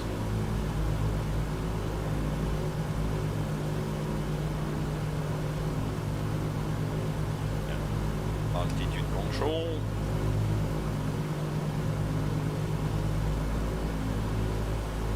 Cool. And that's pretty much 8,000 feet.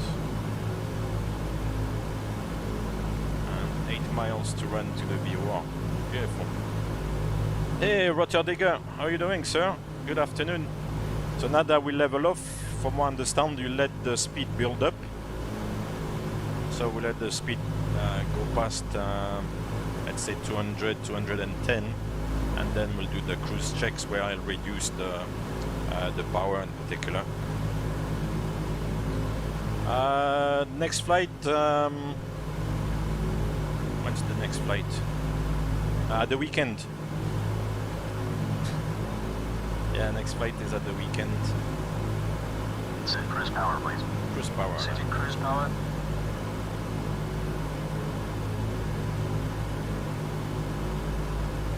But yeah, it's relatively busy, but it depends also the sort of flying you do. If you do long flights, then you fly a little bit less often because you do long hours, long flights. So, and if you do shorter flights, then you tend to fly a little bit more regularly. So it depends. Cruise power set, beautiful. So we're gonna go past the VOR. So at the moment you can see you are going to the VOR because you've got the triangle here pointing up. So that means you are still navigating towards the VOR. And then when the triangle like points down, then that means that you are tracking away from the VOR. Let's see how that goes. 2 miles to go. I guess we'll start turning.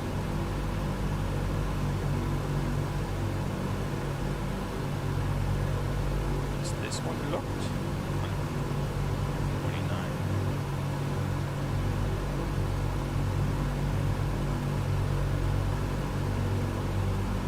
Maybe we'll just take the gyro for the moment. Gyro pilot. That's it, we are over the VOR now. And then shoot, yep, point the other way. Cool. So now we can turn to the left. Okay, let's me do it. Seattle approach Pan AM6 is timed 2 miles north of Pan 8,000 feet. Request flight following.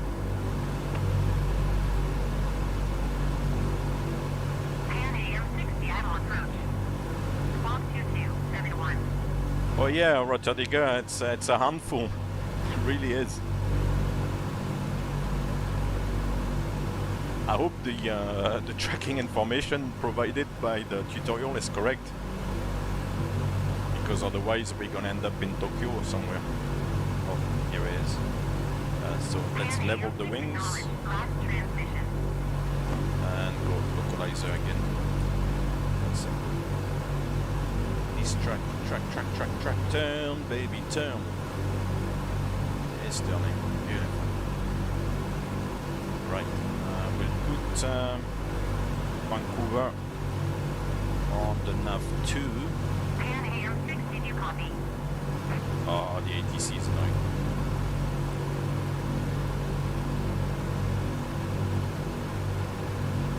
But then, at some point...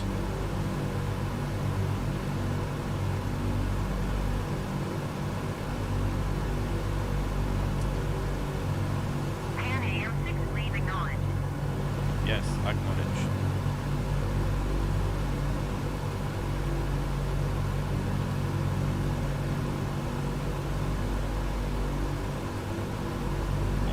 Maybe not. Maybe we should change.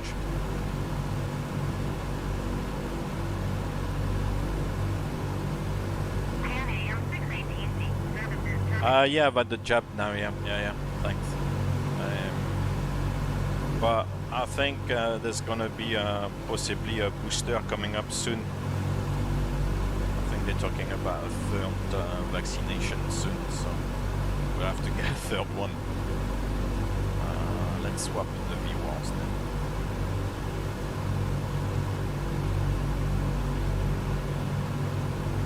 Oh, okay.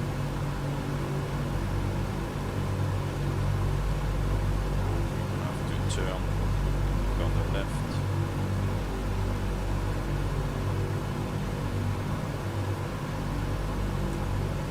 Right, so turn left to intercept the radio from Vancouver. 67 miles to run. Okay.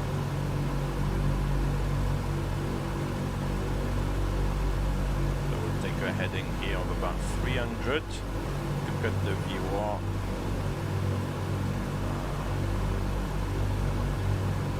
All wings level. Let's wait and see until we intercept the radio there. Hydrate. Yes, sir.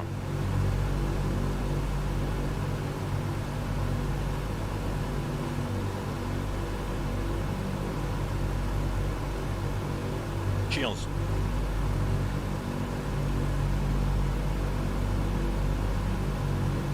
Oh yeah, I know today doesn't work because it's not active with the stream, so no METAR today. I guess it must be quite hot. I heard there's a bit of a heat wave everywhere.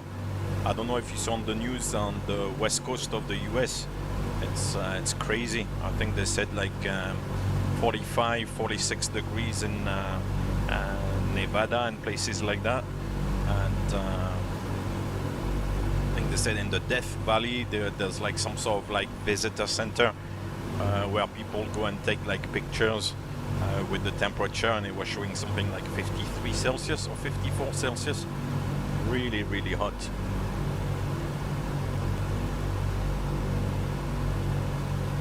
Yeah, I think pretty much everywhere at the moment it's quite hot. I don't know what's happening. On the news, of course, they were talking about climate change and all. I will not venture into making any statement or judgment or voice my opinion. I'll let you work it out. Are we gonna intercept our radial or not? We'll take a bit of maybe another 10-degree cut.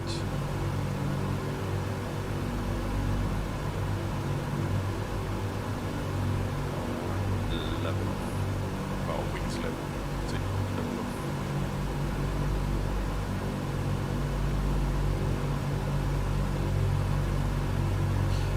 Right, after that, we're supposed to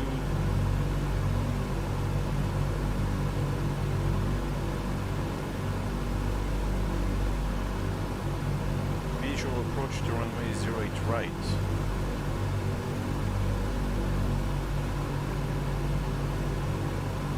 Wow.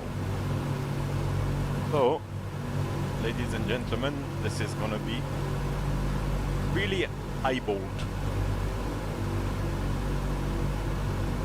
I think what I'm gonna do actually, I'm gonna stop running the tutorial here and I'll eyeball the or improvise the arrival, because the tutorial there kind of looks a little bit confusing.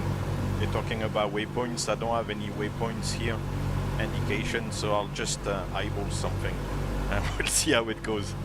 Now it's pure improvisation. So we've got 36 miles to run to the VOR. That's the distance given here on the PME, 36 miles. I think we need to start descending a little bit. So we've got the altitude control. We'll start with the glide wheel.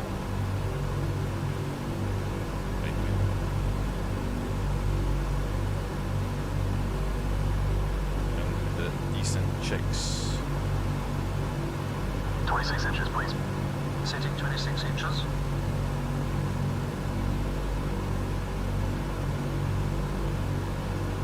Yeah, I think that's Vancouver there in the distance. Descent checklist, please. Altimeters and flight instruments cross-checked. Seatbelt signs on. On. Engine blowers low. Low. And then we can do like a visual approach or something. We're not always gonna do manual. We'll do a manual visual approach on 08 right in Vancouver.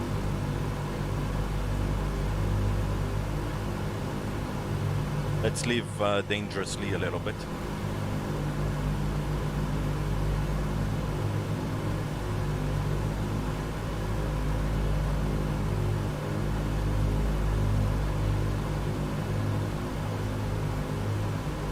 So yeah, at the moment the flight engineer has control over the power levers, because on the joystick here, I don't know if you can see it, I'm kind of moving the the throttle, and as you can see it's not doing anything, so the flight engineer is in control. So it's a bit like an auto throttle at the end of the day.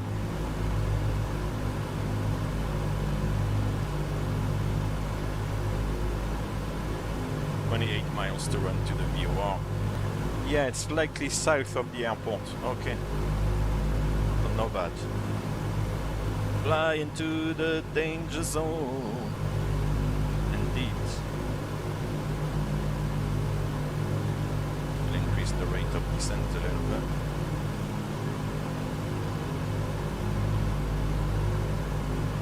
Yeah, I think that's Vancouver straight ahead there. It's a little bit hazy, but that's why it is. The gyro pilot is doing a good job. It's tracking the VOR radio. Beautiful, a bit of old age vintage radio navigation. Amazing. I think the transition like over the Papa Alpha Echo VOR was not quite right, because the heading initially was maybe not leading to the Vancouver VOR, so. Gentlemen, welcome aboard. Hey, Connor, thank you very much for the follow. Welcome to the channel. Okay, over, done. Welcome to the DC6. I never thought I would fly something like this. Amazing.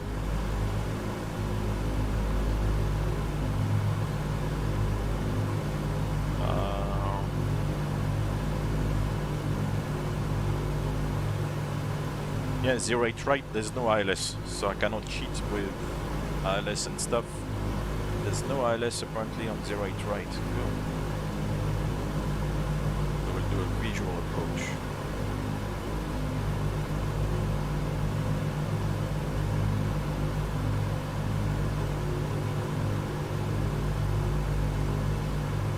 Probably what I'm gonna do is when we get about 5 miles to the VOR, I'll stop the tracking of the VOR and I'll take like a left turn heading roughly to the west to go on some sort of downwind and continue the descent and see actually if we can reduce the speed a little bit of the aircraft, because as you saw earlier on, it was difficult once you level off to get rid of that extra speed to then be able to extend the flaps. So hey Lewis, good afternoon, how are you doing?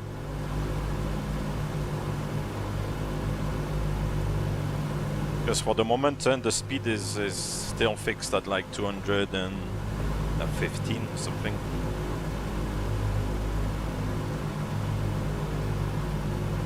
12 miles to run to the VOR.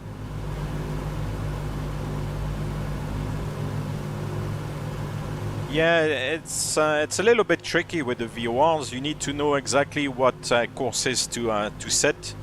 You know, in between when you switch from one VOR to the next one, you need to know the frequencies. In the tutorial there, it was a little bit confusing.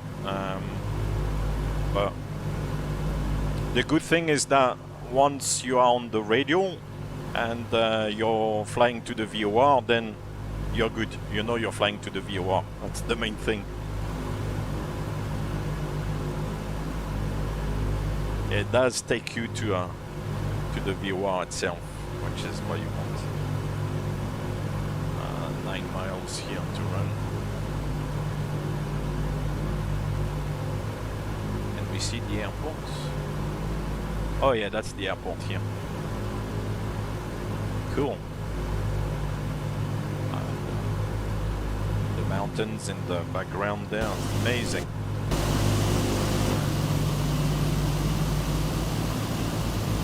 Amazing around Vancouver. Wow. Yeah, it's beautiful. Absolutely beautiful.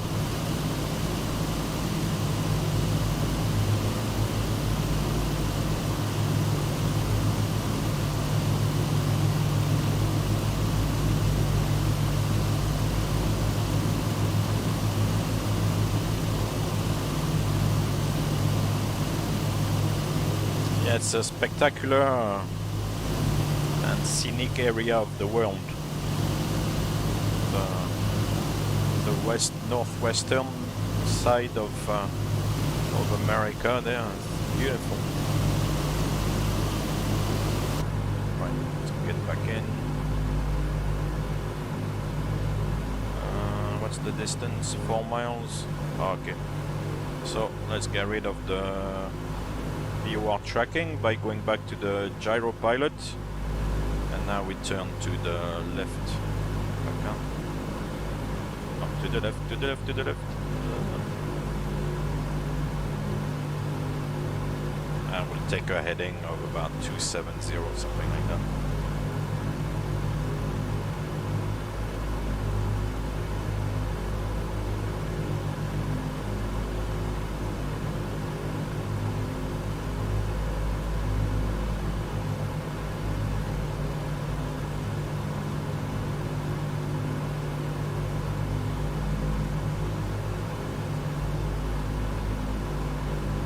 Ah, I can't cancel the turn.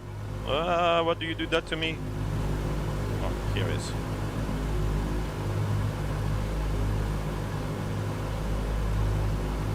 Right, so the VOR information is now useless to me. The airport is here. Good. Yeah, it's a good sound there, isn't it? So we'll go down to 3,000 feet and level off. Do the in-range checks, and then see if we can reduce the speed any further or not.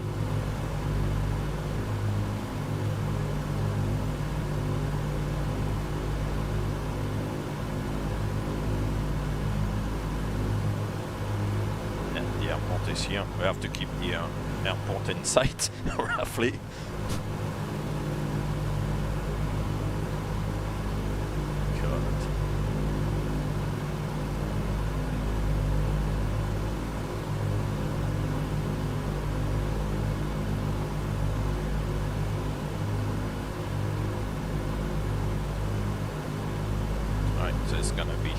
10,000 feet. So we'll engage the altitude control and see how it works out. If we can, we've got 200 and almost 20 knots. See if we can get rid of that speed.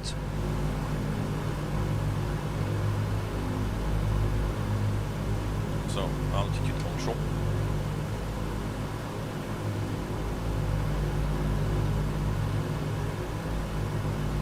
Vancouver approach band AM6 is type 9 miles southwest of Vancouver, 3,100 feet. Okay, let's do Request the clearance in to range. transition Charlie airspace. Cooling turbine.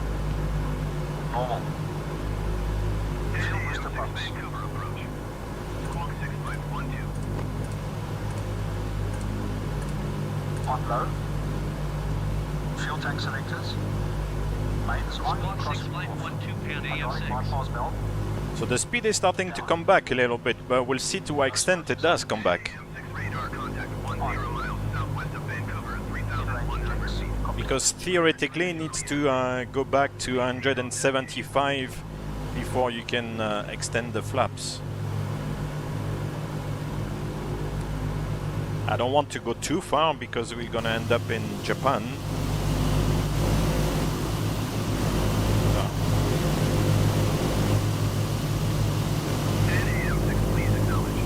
The airport is here.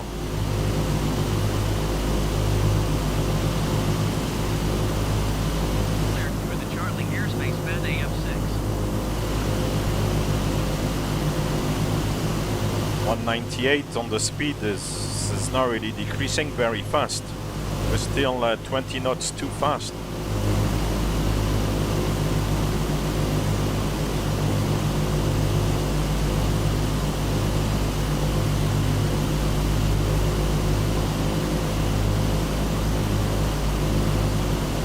Yeah, still 20 knots too fast.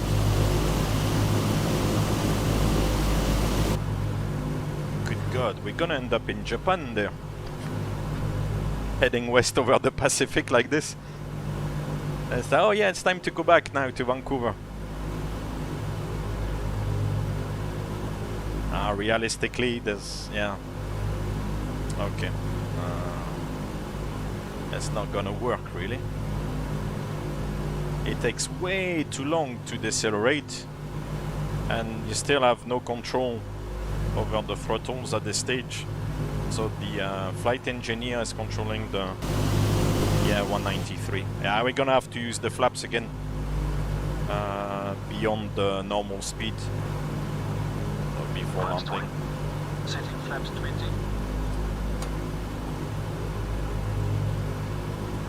So let's disconnect this bad boy.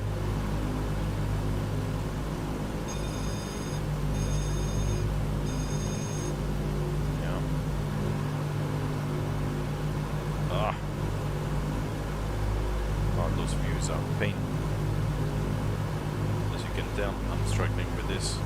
I will fly this bad boy manually now.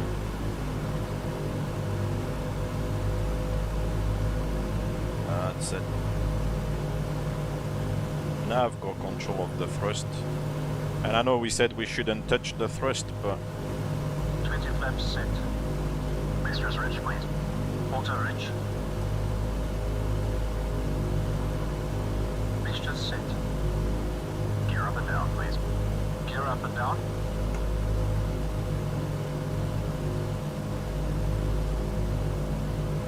ooh, and the gear is coming down as well. So you see, like that landing check or flow or whatever it's called. It's kind of getting you ready for the landing. Gear down and locked. 3 degrees. Props. 2400 RPM. I went so far 2400 outbound. RPM set. Cow flaps. Plus 3 degrees. Cow flaps set. ADI. ADI off. ADI is off. And I went way too far.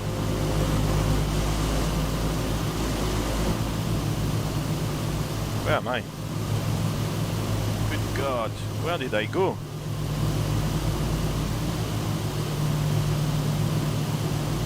Yeah, that's something I'm a little bit puzzled about, I have to say. Oh, here's the airport there, thank you. is why it doesn't decelerate.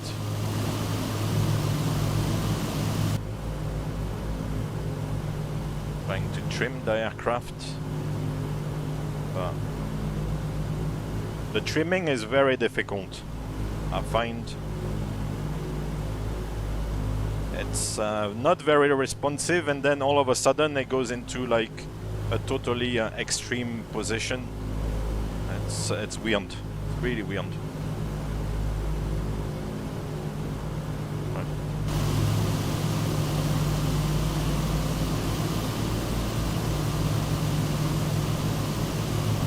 That's the airport, huh? Yeah. We'll come further to the left.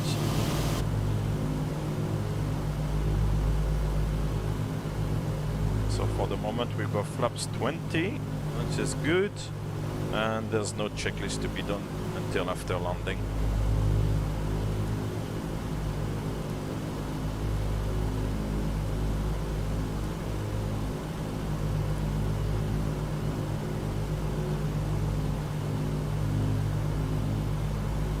Excellent.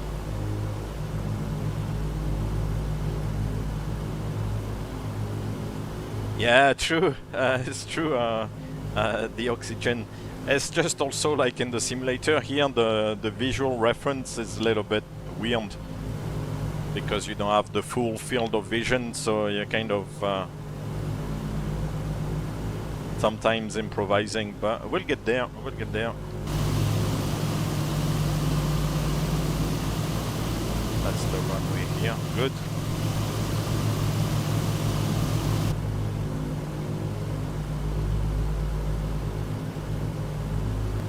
Take some more flaps.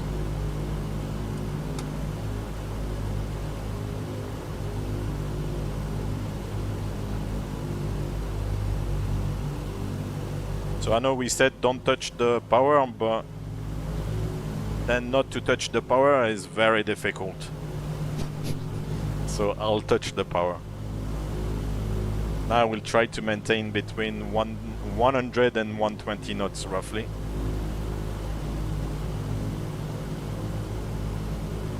Yes, Darway, MSFS DC6, indeed.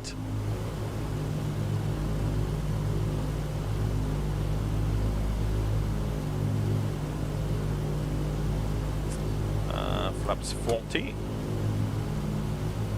Yeah, it's gonna work out. I like when a plan comes together.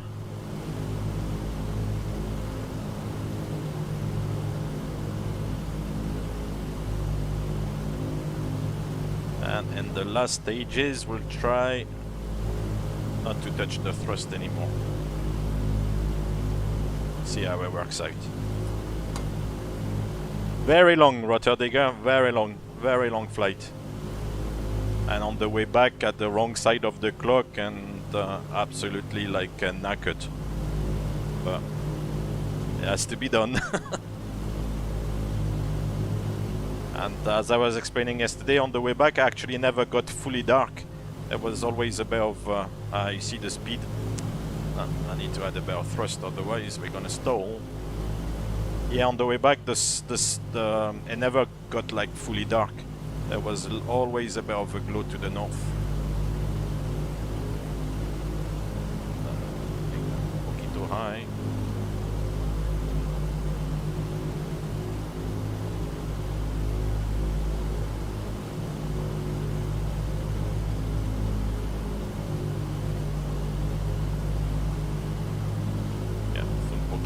But I'm not gonna go around, so we'll land off this one.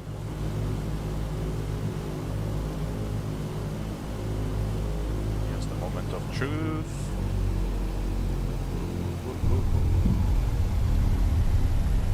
I think we touched down. It's quite subtle.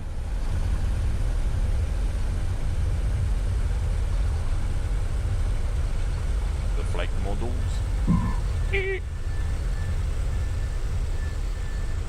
Happy days. Here we are in Vancouver.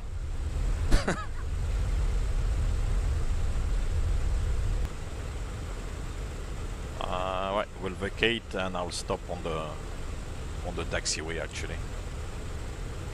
Or maybe, depends how far I went. We could try to go see what the terminal is like.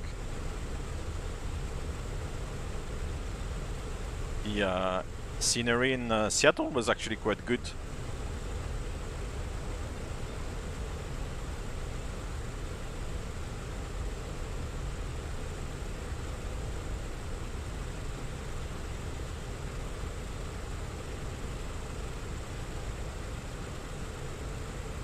It's funny because in this simulator, the runways never look like in the old FSX or Prepared, like totally flat. It looks like, you know, which you know, some runways in real are like this, a bit of going up and down, not totally flat. A lot of runways in MSFS are like this. Gentlemen, I'd like you to meet your captain. Captain over. Hey, Infinite Flight, thank you very much for the follow. Captain, your navigator, Welcome Mr. to the Unger, channel. and your first officer, Mr. Dunn. Unger? Right, yeah, I guess I'm gonna stop here. So parking brake set. After landing. If I can do it.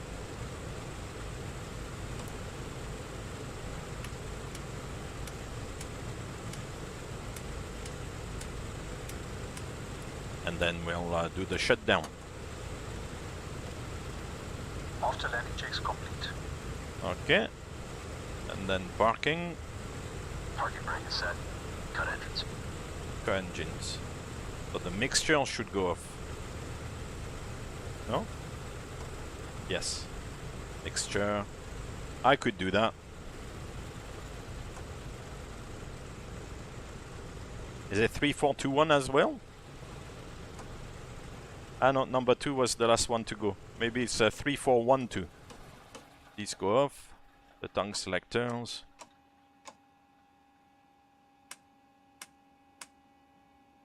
Beautiful. Hello, sir. How are you doing?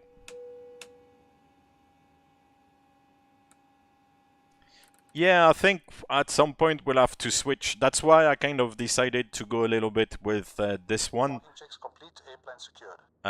Because at least that's the first add-on, decent add-on for MSFS. So from now on, I think when I use this add-on, of course, it will be on MSFS. And hopefully, once they start moving the other aircraft to Flight Simulator, then I'll move on as well. But we'll have to see how it works. This one is not too bad. The only thing with the flight model is kind of a little bit wobbly, you know, when it flies.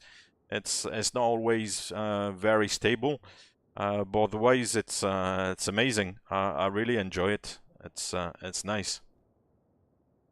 So yeah, we'll slowly transition. But I do think that Prepared has still a lot to give. So I still do enjoy it quite a lot. Ramp manager, I will take the ground power unit. If I can do this again. Doesn't let me click on the, oh yeah, yes. And see if I remember the lesson from earlier on. We should have this bad boy there, yes, so we can turn it to ground power. See? Beautiful. I could even probably start it again.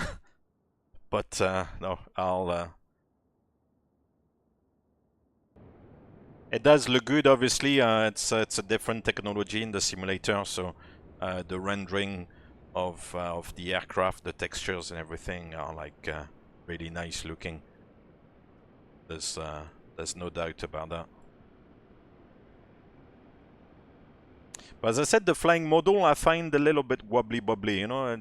It's difficult to stabilize the aircraft. I find the autopilot does it very well, but when you fly manually, I do find it's a little bit more difficult.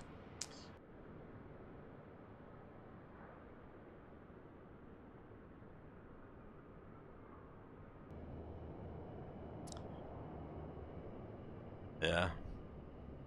Anyway, I hope you enjoyed it. I mean, as I said, just ran through the tutorial. So if you guys have the aircraft, or if you're thinking about like getting the aircraft, I think those two tutorials are quite good to run. Above all, the first one. The second one at the end was not very clear. At least as I was going along with you guys, maybe I got a little bit distracted and didn't read properly. But I thought the first one was a little bit clearer. So the first one is good to run, to kind of get a feel for the aircraft, and use a little bit of the gyro pilot, and yeah, fly along. Yeah, so hopefully kind of showed you a little bit about the aircraft. The performance of the aircraft as well in terms of FPS is it's kind of in the mid 30s, you know. It's but it kind of feels fluid enough, so it doesn't affect, you know, the fluidity of the simulator too much. But in terms of FPS, it's a little bit on the kind of average side. Even with like a decent machine, it's still, yeah, it's not the 60 FPS that everybody kind of expects, you know. You're a little bit below that, so I don't know, for like future add-ons like the 737 or the 777, what's gonna be like. We'll see. But no, otherwise it's a pleasure to fly. It's really nice. For me, who's used to all the automation and everything, it's a totally different beast. So it's fun. It was good fun. I really enjoyed it. It's as I said, it's a totally different type of flying for me, because, you know, used to a good and modern autopilot, FMC, LNAV, VNAV, all that stuff. Here's a little bit more like hands-on, and still not doing the full thing myself, because you've got the flight engineer to help, because otherwise I would be quite tricky. But earlier on, as you saw, we tried to start the engines, you know, following the tutorial, so that was good fun. Right here, guys, as I said, I hope you enjoyed it. Anyway, guys, I do appreciate the participation today. Thank you very much.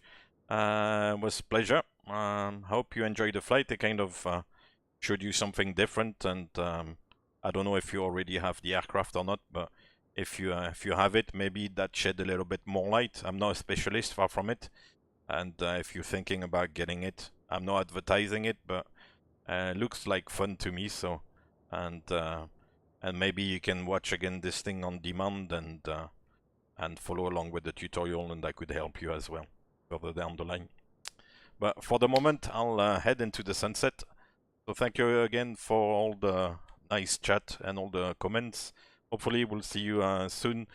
Probably back on prepared, but maybe from time to time on this beautiful burn that is very exciting to fly. So yeah, we'll try again in the near future. But until next time, have a good rest of today, and I'll see you soon. Thank you very much.